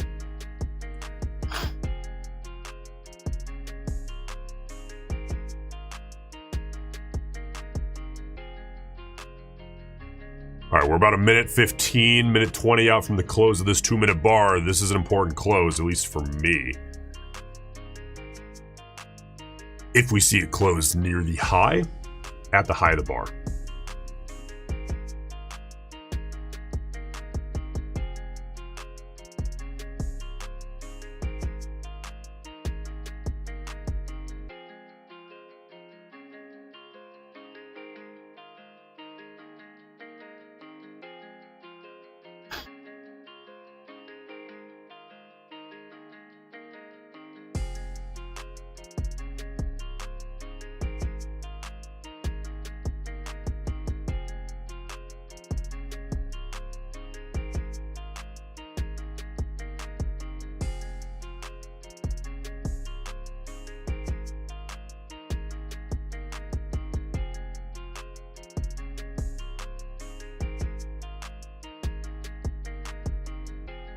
Now again, you look at that 2-minute, top right of your screen, top right chart. I don't care if we see continuation upside or if we see a backside third test of that trend line. You could argue that we've seen multiple tests now, maybe 4 or 5. Now here, let me actually fix the drawing. This is one of those where it's like, okay, so are most people going to draw it the way I have it drawn? You could argue like this, actually.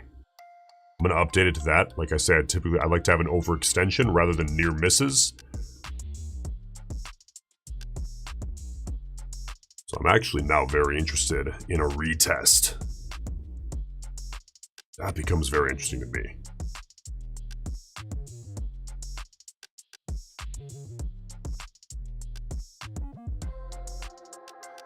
So yeah, so adding into trades that are going in your favor. Let's think about this, right? When you're adapting to prop trading, with personal account stuff, it's a lot different. When you're adapting to prop, adding to winners does not work particularly well with trailing drawdown. Why? Because you end up with the same amount of losers, a whole lot of break-even stop-outs, and a few big winners. But what happens is you start adding to winners, they go in your favor, pull back, stop you out of break-even. If you're running a break-even stop, which adding to winners, you often might. That messes up your trailing drawdown. You know when it works really well? By the way, I'm looking for a retest here on the 2-minute chart. When it works really well to add to winners with prop trading is if you have one of two scenarios, a whole lot of buffer room, looking for that retest here, or a static drawdown account with buffer. Because then break-even stops don't hurt you. But if you're going to run that where you add to winners with stops at break-even and you try to catch the off big trend winner, you can make money trading that way for sure, but you're going to want to have a static drawdown or a huge buffer. And you better be prepared to lose, well, stop out at break-even a whole bunch. And yes, end-of-day drawdown can help as well, depending on the prop. Well, listen, if you're a newer trader or still in the first or second phase of your trading journey or career, we didn't really get a test there. Still looking for that test. If you're a little bit newer, I'm telling you, it helps a lot to run a strategy where you win often. You don't want to run a 10-to-1 reward to risk strategy where the probability of success is very low on each particular trade when you're newer, because losing sucks. And if you lose 85% of the time, you are not going to want to keep trading. I don't care who you are. Trade a strategy that you can make money on, but lets you win at least, 40, 50, 60% of the time plus. Which means maybe chopping down the reward to risk, not going for 5-to-1.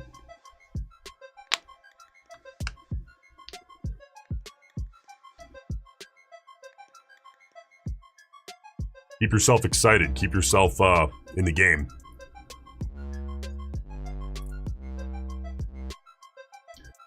Okay, well, we're really in a tightening channel here.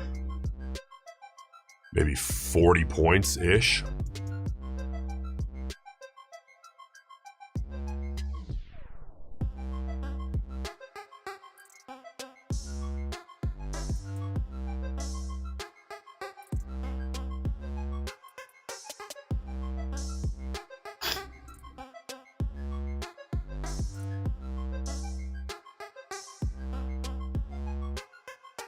Okay, now we're in a developing range. So here's the test of the top trend line, which I really should draw at this point. I'm going to go ahead and delete this. Look at the 2-minute chart. I'm going to draw this, as we're certainly seeing that begin to potentially develop here. So a downside test of the 20 plus this trend line, maybe an entry around 45. Gives me about 45 upside points, best case scenario, before we get a test of that trend. I am interested in potentially getting long on a retest.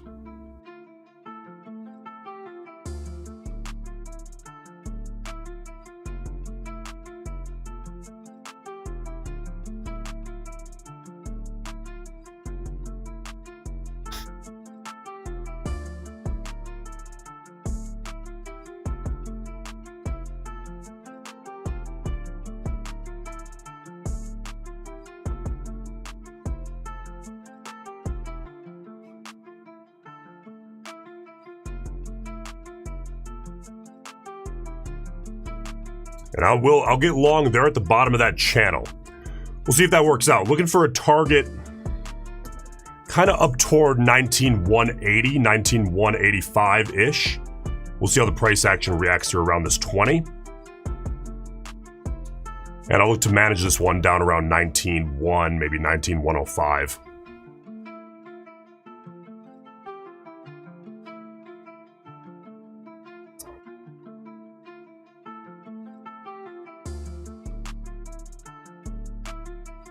See if we can hold this channel here.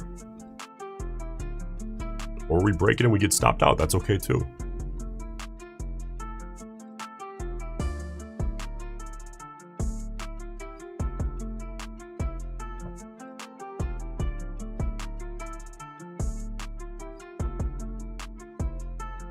So look at the 5-minute here. We are testing the 20 on the 5 as well. Okay, so I'm keeping an eye on that. Show you all of it here.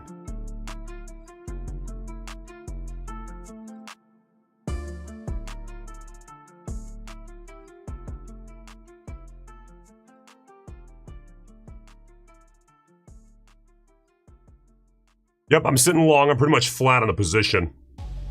We'll see how that works. In the money, a few points here, 5 points or so.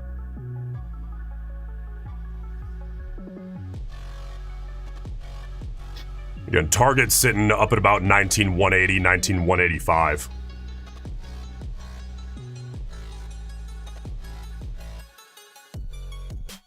See if we can get a push.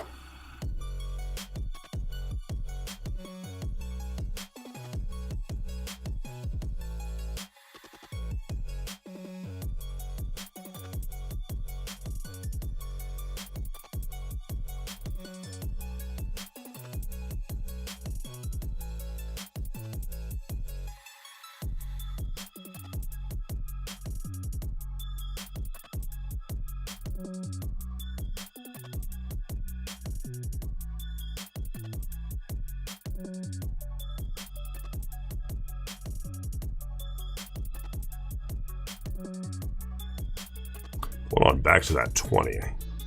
So the 20 on the 2, 20 on the 5. Pulling on back to both of those.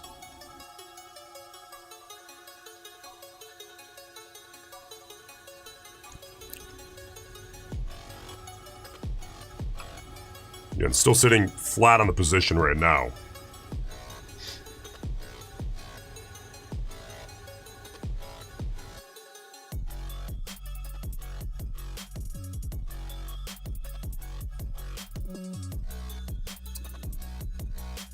Okay, 20 points in the money. Looking for 25, 23 points in the money.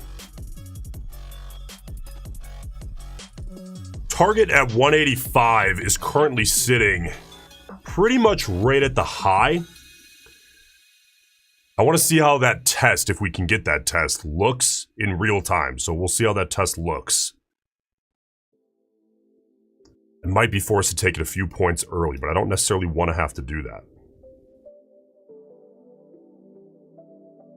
Again, management is down around 19,1, 19,105 as far as cutting the loser. Big old wick back downside.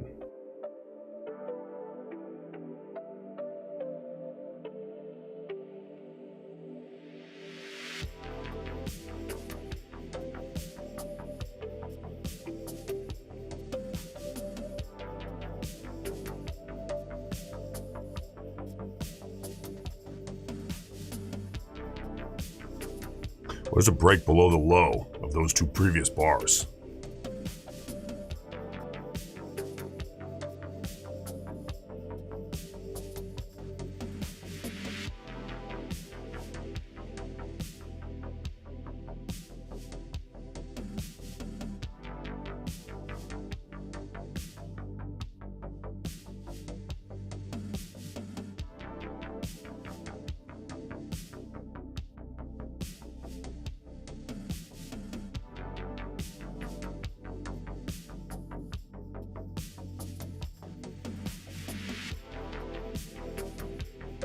We're not getting incredibly strong bear bars here.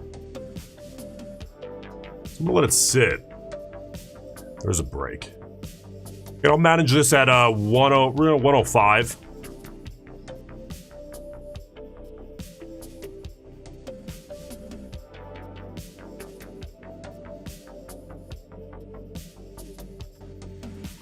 Morning Nico, trash price action today. 4 trades, 1 loss, 1 break even, 2 win. Call it a day with 30 points. I feel like I'm starting to go out of my way. Better hold my horses and reverse my mental capital. Not a bad idea. Good work though, get your 30 points, get out. Okay, taking on a little bit of heat, maybe 15, 20 points of heat currently. Again, plan here is to manage it at 105. We got that big push right here.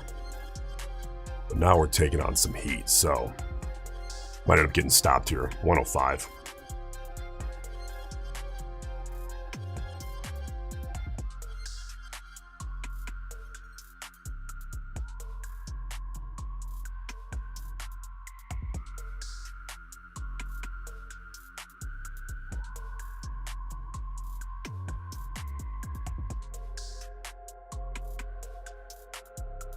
Still sticking around that 20 EMA here on the 2-minute. There's the 5-minute. You can see we're lining up right with the 20 on both charts, really.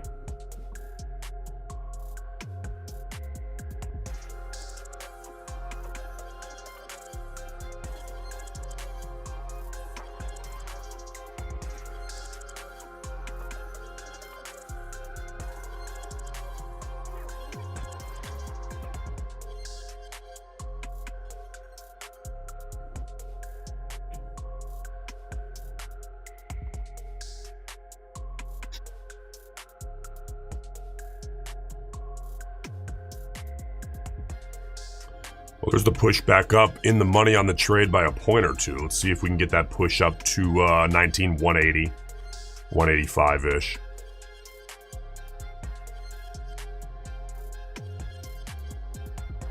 All right, improving, but we're making a test here. You guys see that? Testing the bottom side of that trend line now. Gonna need to see a breakthrough there.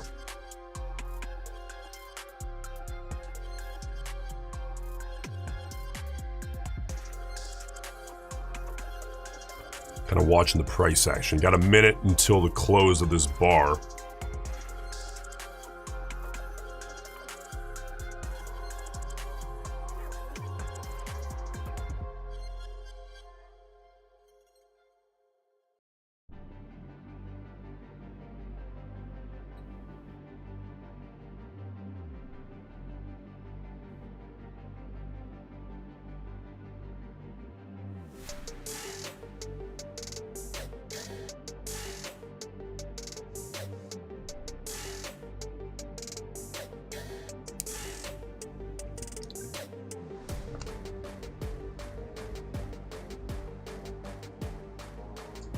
Sitting 5-10 points in the money.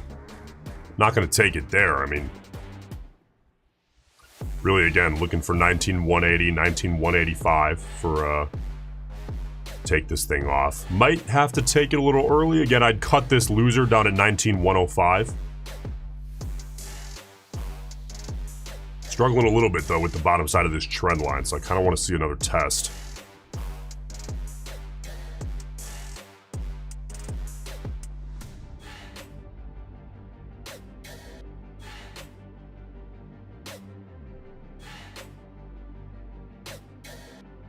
All right, 12 points in the money.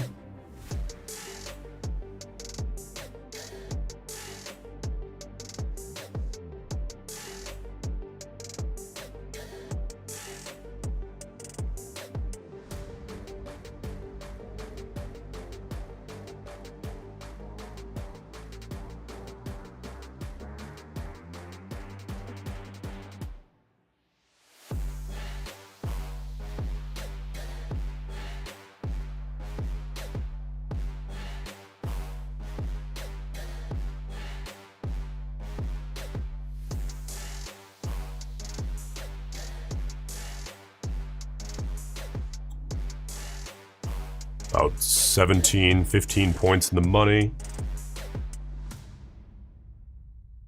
Gotta let It'll work. It can turn around and go against you. That's okay. Really bad habit that a lot of traders have is they get a little bit, and it's not necessarily part of their plan, and they always take it a little early, because having a trade go in your favor and then stopping you sucks, right? Psychologically, it hurts. So if you get in the habit of taking things earlier than originally intended all the time, oftentimes your win rate doesn't make up for it and you end up losing. But we're sitting 20 points in the money right now, 19 points in the money. Again, still looking for 19,180, 19,185. And I'll assess the price action if and when we get a test of that region. Because that is right up at the high currently. So I'm not sure I want to challenge that high. But gotta see the price action.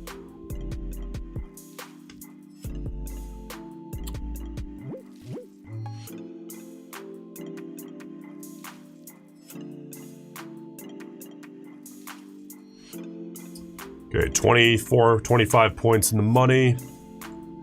I'm looking for 180, 185.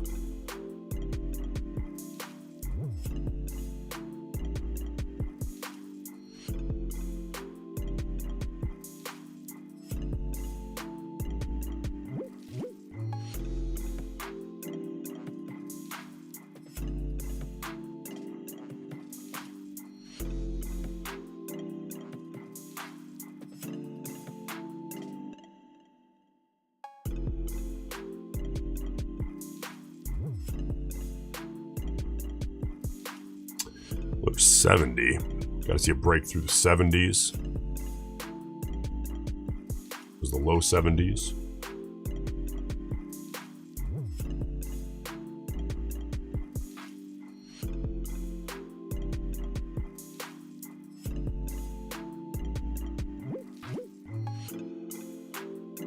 There we go. See a test of 80. See if we can get a test of that high. There's 82.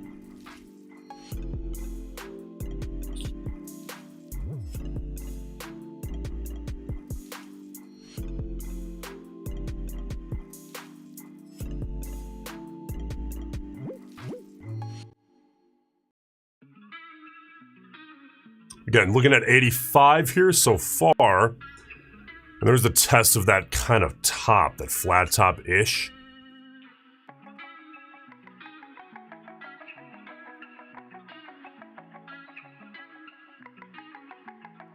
There we go. I'll take it at 83.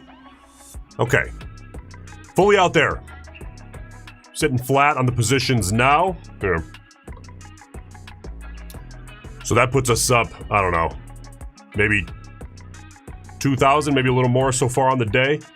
Maybe a little more, maybe 2,200 bucks. Have to add it up. Okay, so it's 2 trades so far today. Let's see what else we can grab. Yeah, so here, let me kind of take you guys through. I had my target right at kind of 85.75, which is right at that high. I don't like to challenge highs like that if I can help it. Now, I would have gotten taken out there, that's fine. But I went ahead and took it at 83, couple points early, but with a 40-point take profit. I mean, that's fine. I don't want to challenge that. But I do want to see a test first, which I let it test. Okay, here we are coming to the test of 19.2. What I want to do here is extend this.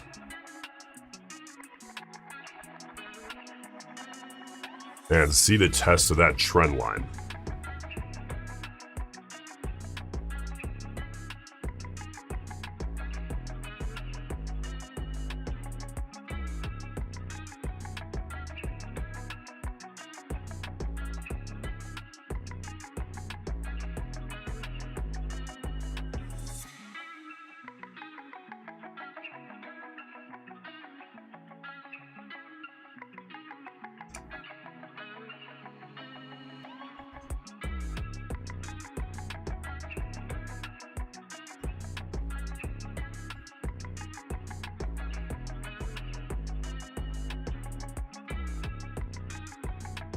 Okay, so there's the test of the trend line, and it closed near the high. Now, this is an interesting scenario, guys. You see that here?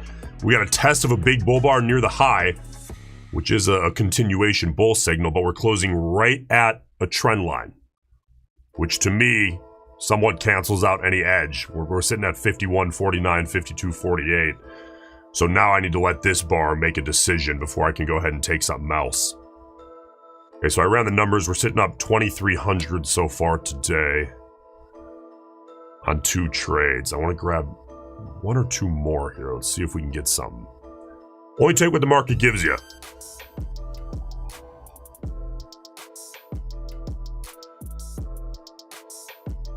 All right, Shiloh, see you tomorrow. Okay, so we are getting a break here with a little bit of continuation. Take a look at all time frames here. And now we're coming into that flat top that we saw pre-market. This is an interesting spot right here.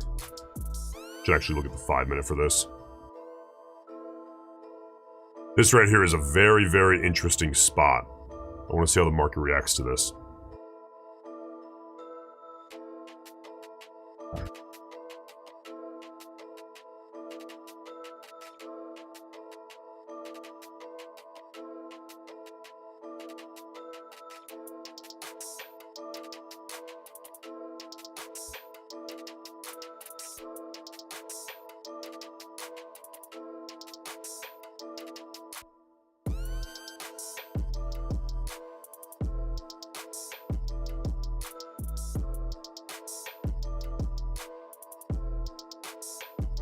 We're getting hung up a little bit here.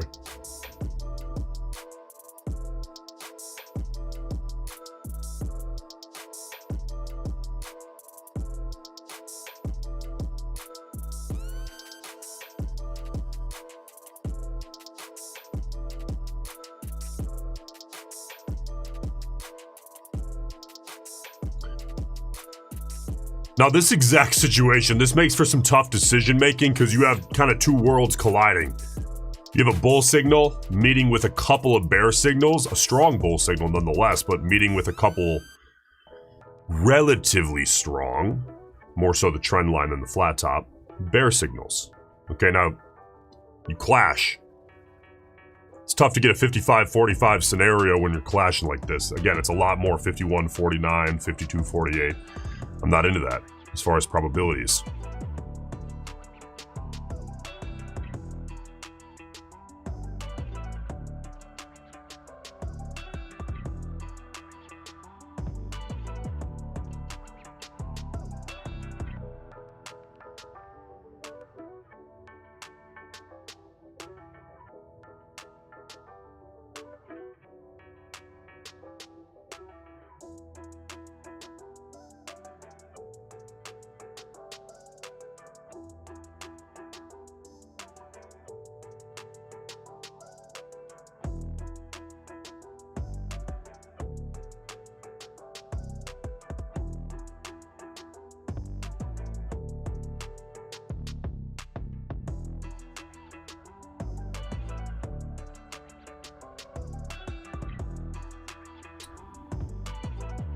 Here's the retest of the trend line.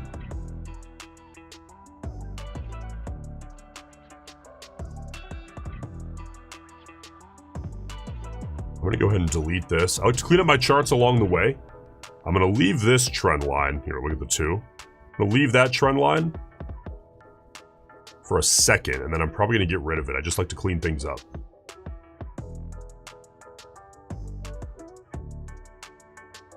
I'm going to go ahead and get rid of that. Back on the 5-minute. That flat top is really the most interesting zone right now. I mean, look at this thing. He's a monster. I think we need to see that break before I were to get long again.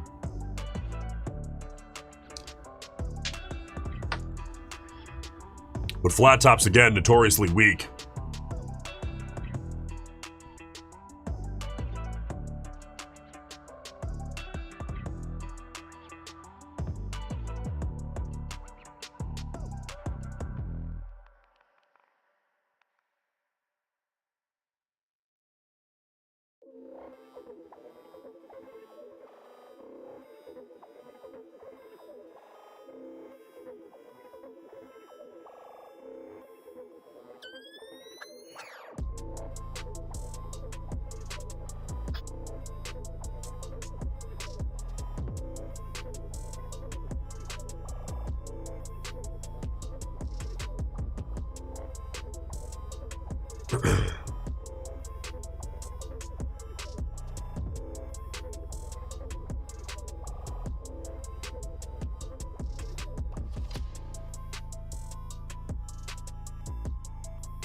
Now, really the other level that I'm currently watching here would be this. If we look at the 2, on top of that flat top, that is, right? I mean, this is interesting. Kind of a ways away. Would require a relatively big downside move to test that, but just psychologically, I'm keeping an eye on that. But right now, the real story is that flat top here on the 5.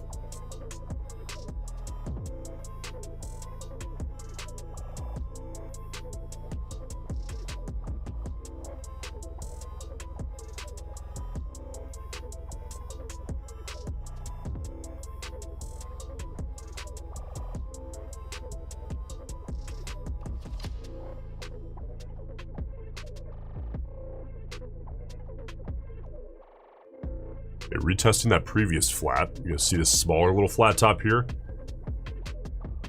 We saw an attempted break fail, then successful breakout into this flat top. Now we're retesting the smaller level. Also, worth mentioning the 20 on the 2, right? So we'll look at both of those.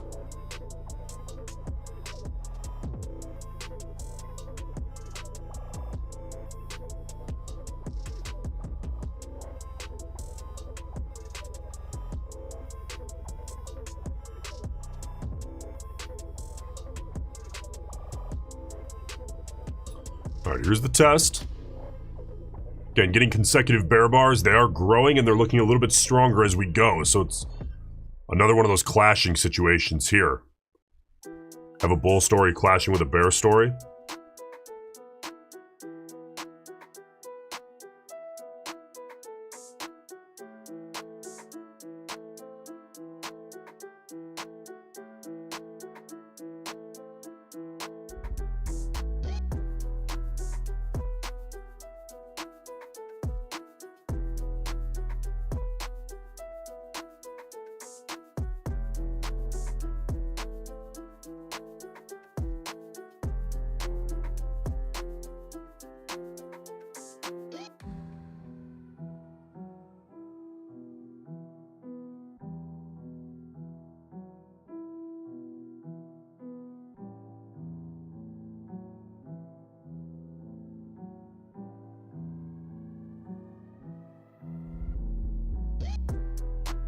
Shay, welcome back. What's up? We're just watching this, see if this test, this retest of the 20 on the 2 and the flat top, that little flat top on the 5 can hold. And then really, we're looking here. This big old flat top on the 5 minute. If we can hold this bottom, I think we end up seeing that flat top toward the top break, but that's a big if here on the bottom. If we do hold this, then we're looking at a big giant wedge that we could see break upside.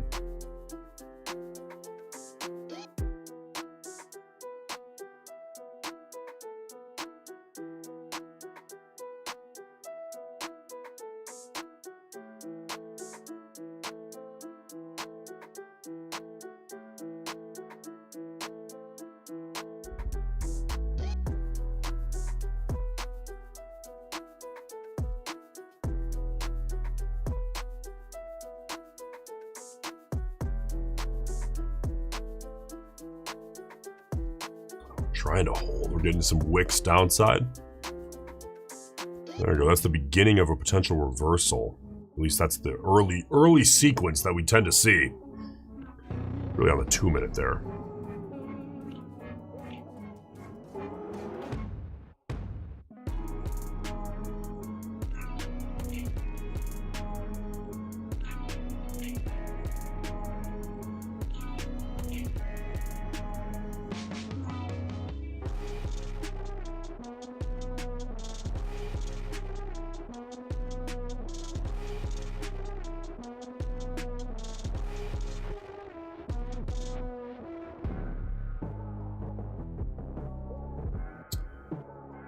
Well, it's a beauty of a hold so far. I just don't really trust it. We're not really seeing much of a trade sequence, at least for me, yeah, but that can change just in a few minutes. It really only takes two 2-minute bars. Well, really one from here, technically.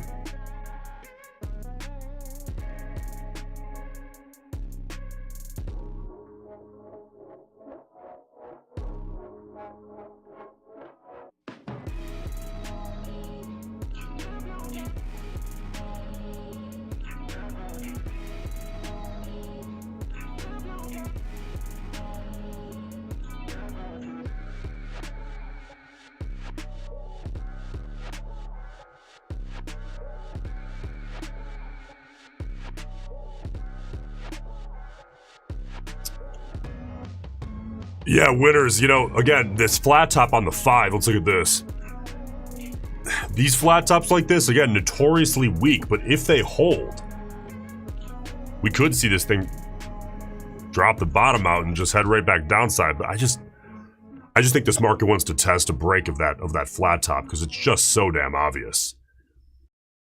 When everybody sees something, usually you get at least somewhat of a test. Not enough to take a trade, it could just be 5-10 points, take some stops, head right back downside.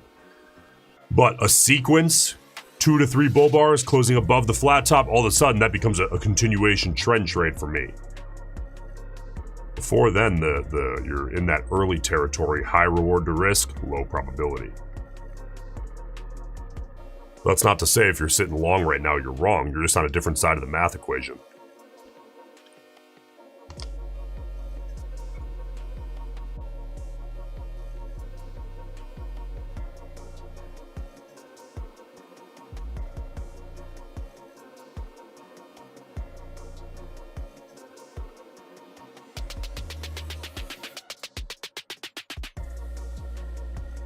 All right, here we go. Here's the test.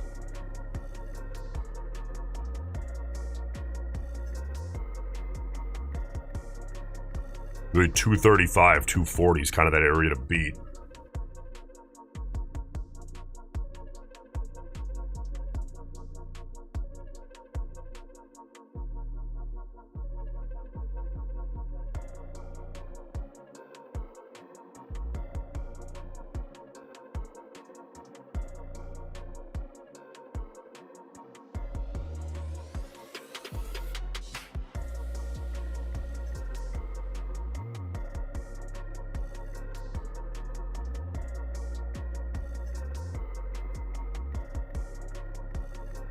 I think the sellers are selling up top here and the buyers are a little hesitant.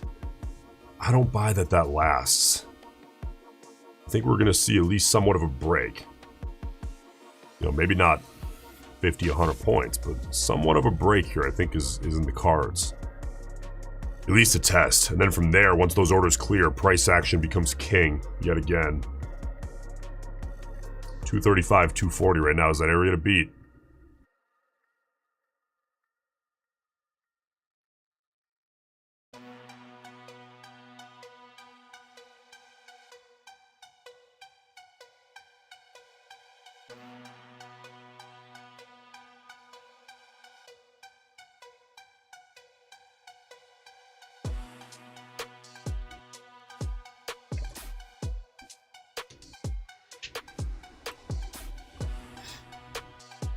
Buyers just getting denied entry here so far.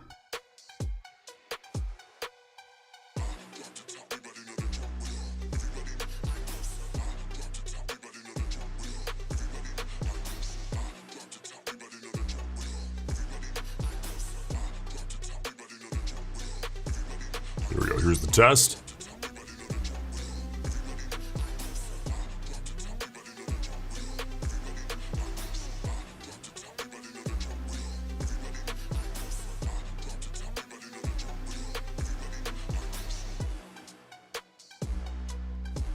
A break of 235 triggers a few stops. A break through 240 triggers more stops.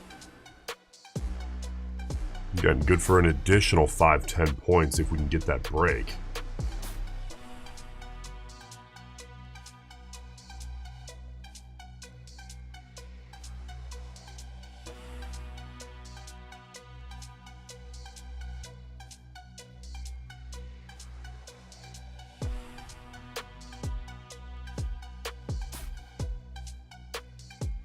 There you go. There's the test. Couple of stops triggering, rejected off 240.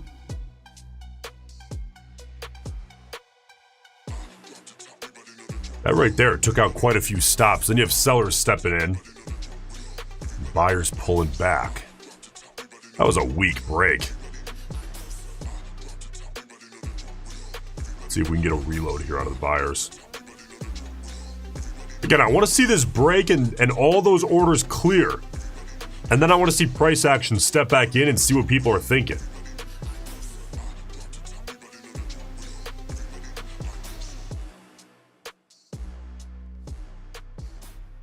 Okay, here's the test 240. With each upside test, more and more stops are gone. So you have less liquidity to make a big push.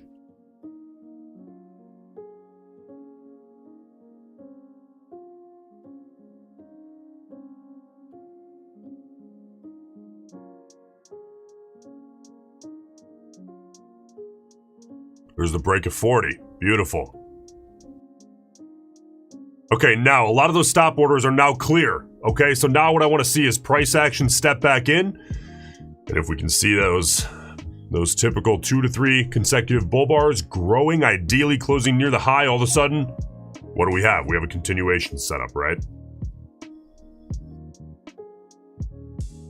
Coming into 250 here.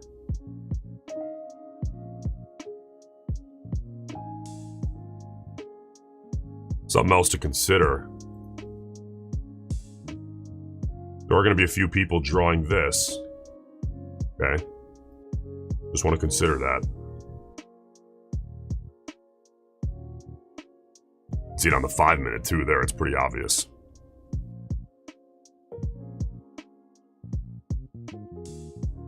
Do you view the overnight open as significant? Yeah, if you want to draw it, you can. I don't personally pay too much attention. I just try to keep things simple. I think there's a lot of different ways to trade. The more things you look at, the more you overcomplicate it, the more you just paralyze yourself. But you want to have context based on the way that you trade. Do what works for you. A lot of ways to make money. Well, we seem to be somewhat respecting that trend line. I know people have it drawn. I know some algos are looking at it.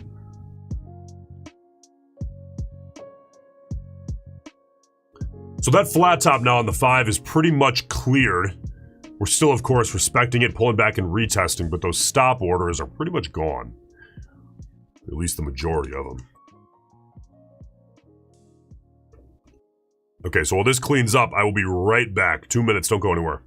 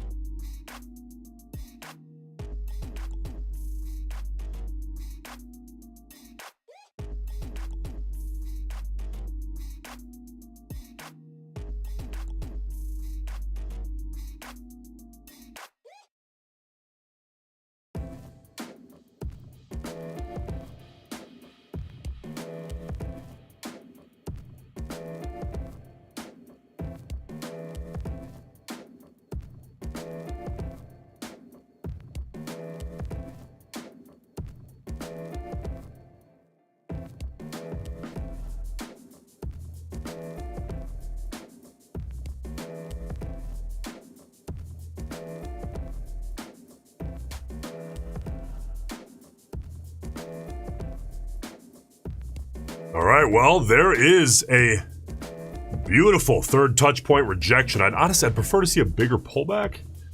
We only got about 30 points. We can get a 50-point pullback off that. That becomes a very, very nice third touch point.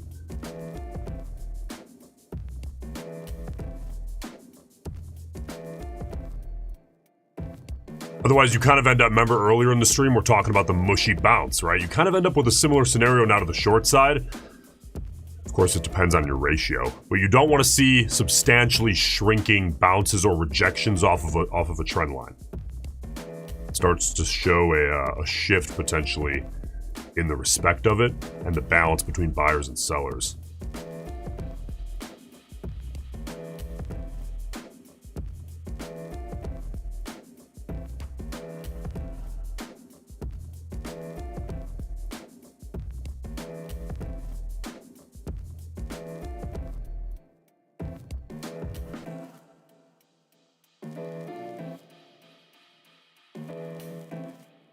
All right, here we are getting a retest. We want to look at the 2-minute.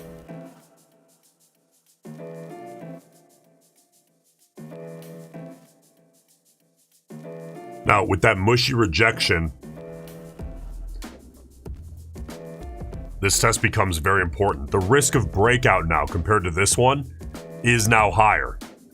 Sellers, kind of disappointing, right? Sellers see that. Buyers see that as well. They bring it a little bit higher. All of a sudden, risk of breakout is a little bit higher than 20% on a retest, right?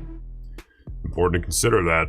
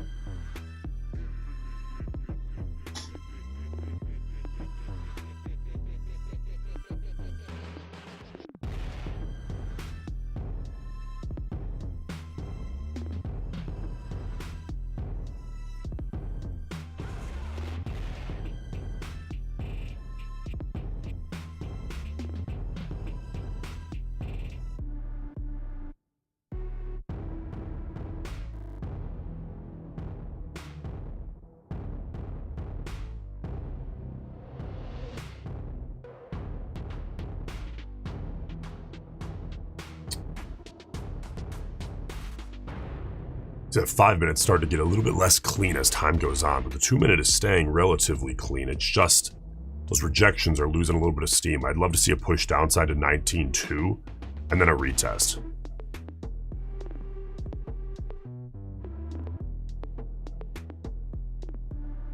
And if you're just joining us here, here's where we sit.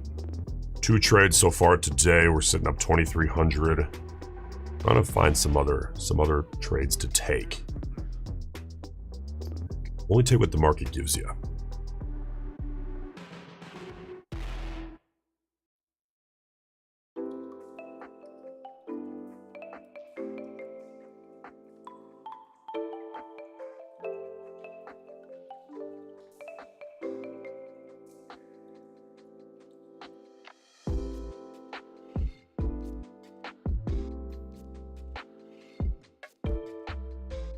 Go ahead and extend that level out for a retest. Again, mushy rejection here, so this isn't a short that I can take.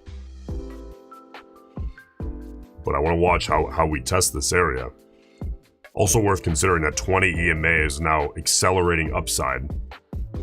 Just another small factor in a big picture here.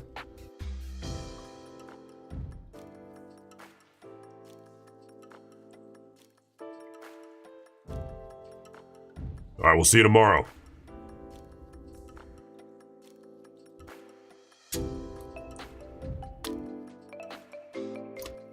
Really want to see this test here.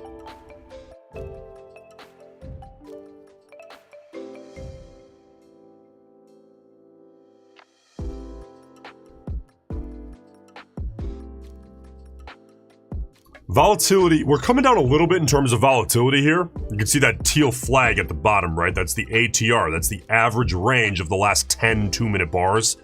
We're sitting at 25. Now that's higher than what we saw this time of day last week, which is a good thing. But it's not substantial. It's still a little bit lower than I'd say the average.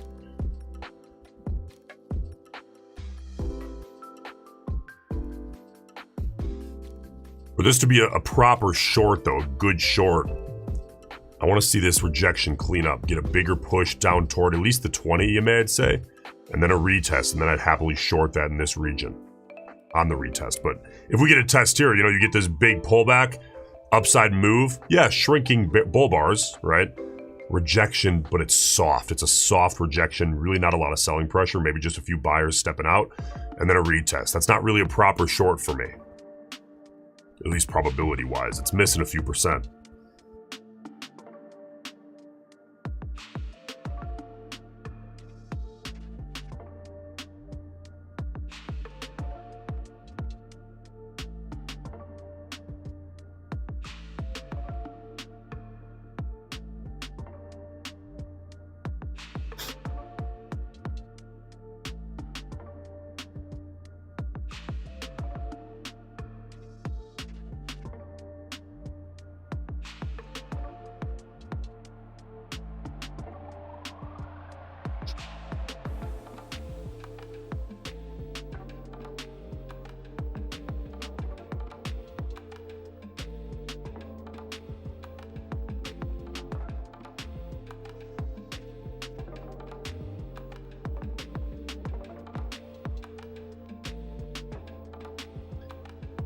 See, this is one of those moments I think people get in trouble. So when you come up into this, I guess now third, but really fourth, like if you zoom out to the 5-minute test, right? The sellers have lost so much strength, but the buyers are just slowly taking it upside, grinding. And a lot of people take this short, expecting some big hard rejection. But where is the selling pressure going to come from? I mean, we've seen this slow, low volatility grind upside. Now, if this test here was like the third or, well, really the fourth test, that's a beautiful test. This is like a slow, low volatility grind though, and taking a short there, expecting some big 30, 40 point dump off to happen at least reliably 55+% of the time is kind of a tall order because we're seeing the volatility shrink down, pull in, contract.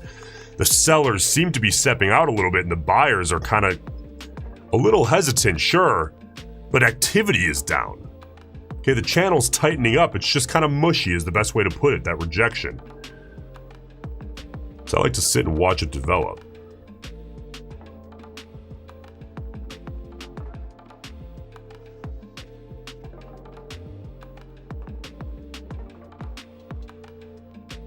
Really, when you're reading price action, guys, don't think of it as okay, what's the chart pattern? Think of it as, okay, what is everybody seeing?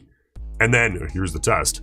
And then in real time, you need to update, okay, what's currently the relationship over the last 1 to 5 minutes, maybe 10 minutes, between buyers and sellers? What's that balance look like? Getting a kind of a soft rejection here. Now, if we could get a 40, 50, 60 point pullback and then a retest, all of a sudden it reset, right? But here, there's nothing here at this very moment, at least for me. Unless we get some big break upside and then I take a continuation trade.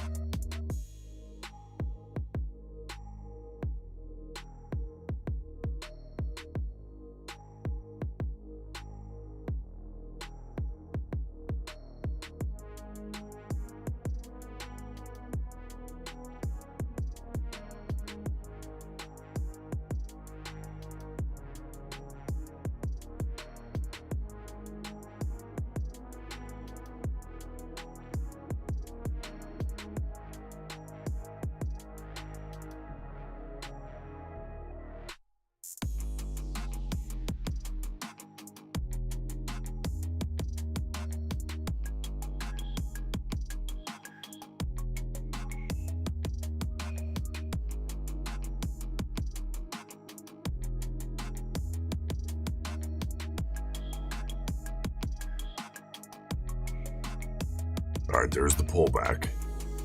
So we got the test around 60, right? If we can get a pullback to maybe 20, you know, 19,210, maybe even 19,2, all of a sudden things look a lot better for a retest short.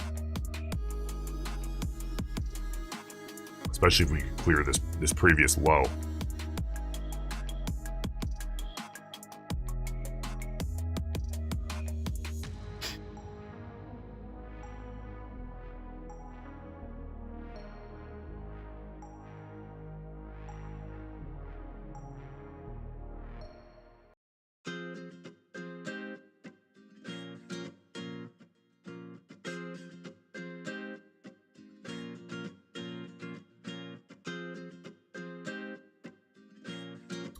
I'm looking for a retest after a reset of the mushy pullback we saw previously on the test.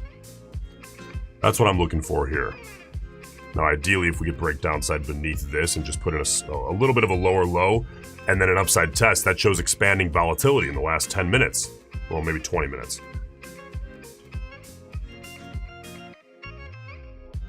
Nico, are you much for EMAs like the 200 or not so much? This is a 20 EMA. I just leave it for context. The 200 to me, I think, just adds bulk. I like to keep things as simple as possible. When you start adding too much, you just end up with paralysis. But if you like the 200, leave it on.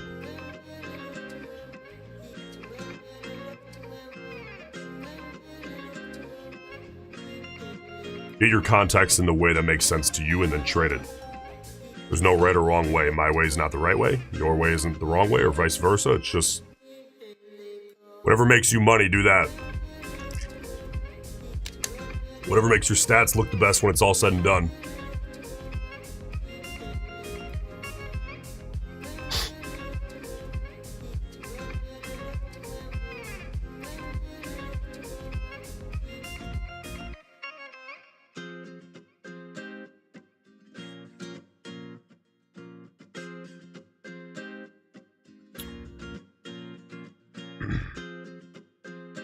Well, here's how we're currently sitting.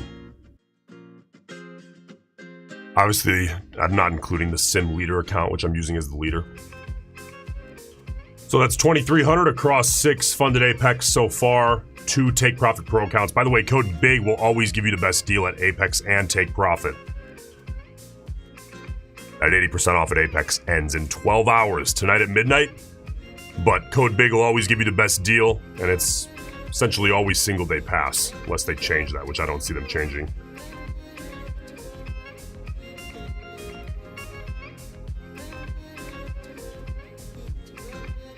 See if we can get that retest.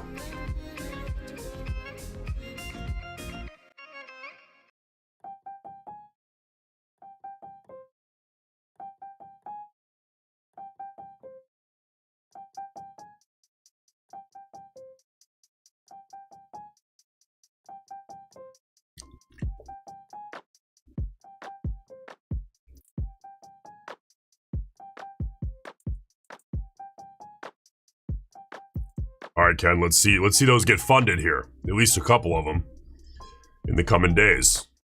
I expect to hear from you. Okay, so here on the 2-minute, this is looking good. This is looking better than before. We're getting a test of the 20. Okay, now, if we could just get a quick little clear of this low, what does that tell us? Expanding volatility, at least in the last 20 minutes. Maybe 30 minutes. And then a retest upside here. And that would be a short for me. That'd be a good setup, actually.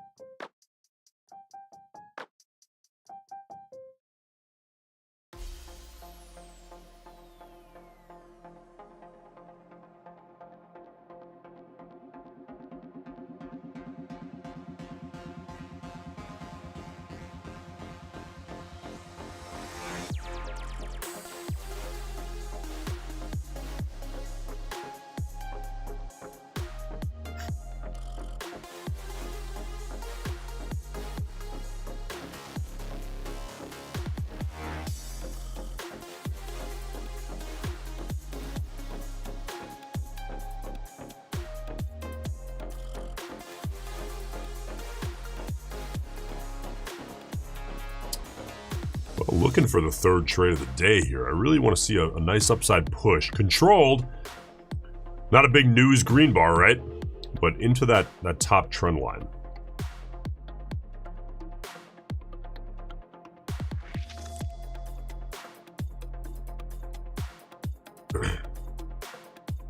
Sniper says, I might play too risky, but I like to take a starter position when it makes sense and then add into a full position once it retests my area of interest.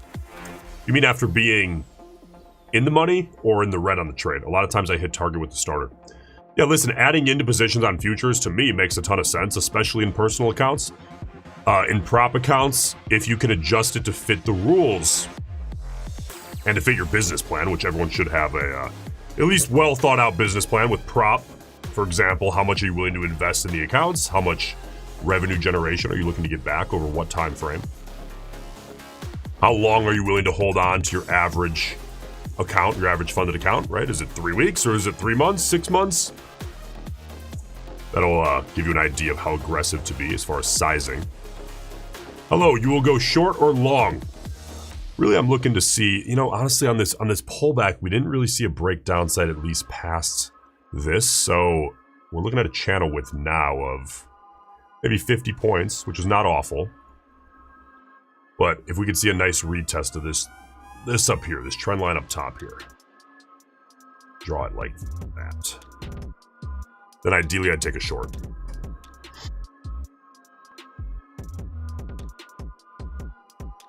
Yeah, Sniper, very common, especially in personal account trading and futures. But if you're doing that, which a lot of people will say, oh, don't do that, don't do that. If you're doing that, just make sure you have your risk managed properly. Because if you let things run, you are going to catch one that goes against you and it can blow you up. As long as you don't let that happen, that's a very common strategy. Since futures are very efficiently priced, especially early in the day. You know, a lot of people will misunderstand what I'm about to say, but especially early in the day, you can sell or buy on basically any bar and see that price or be green on the trade at some point the rest of the day with about 80 to 90% probability. But there's that 10 to 20%. That's just how futures move.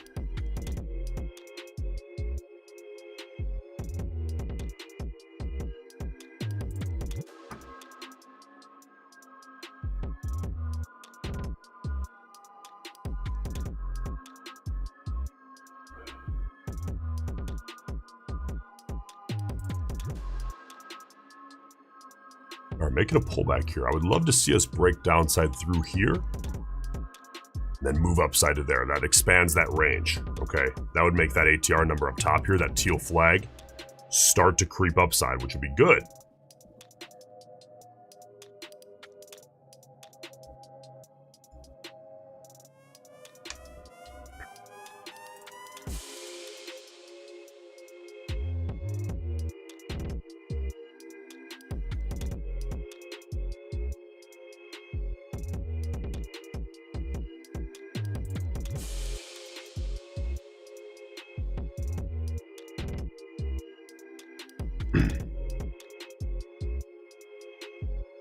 All right, guys, listen, 80% off and single day pass, which means you can trade your evaluation. You can technically pass in one day and be funded the very next trading day if you'd like.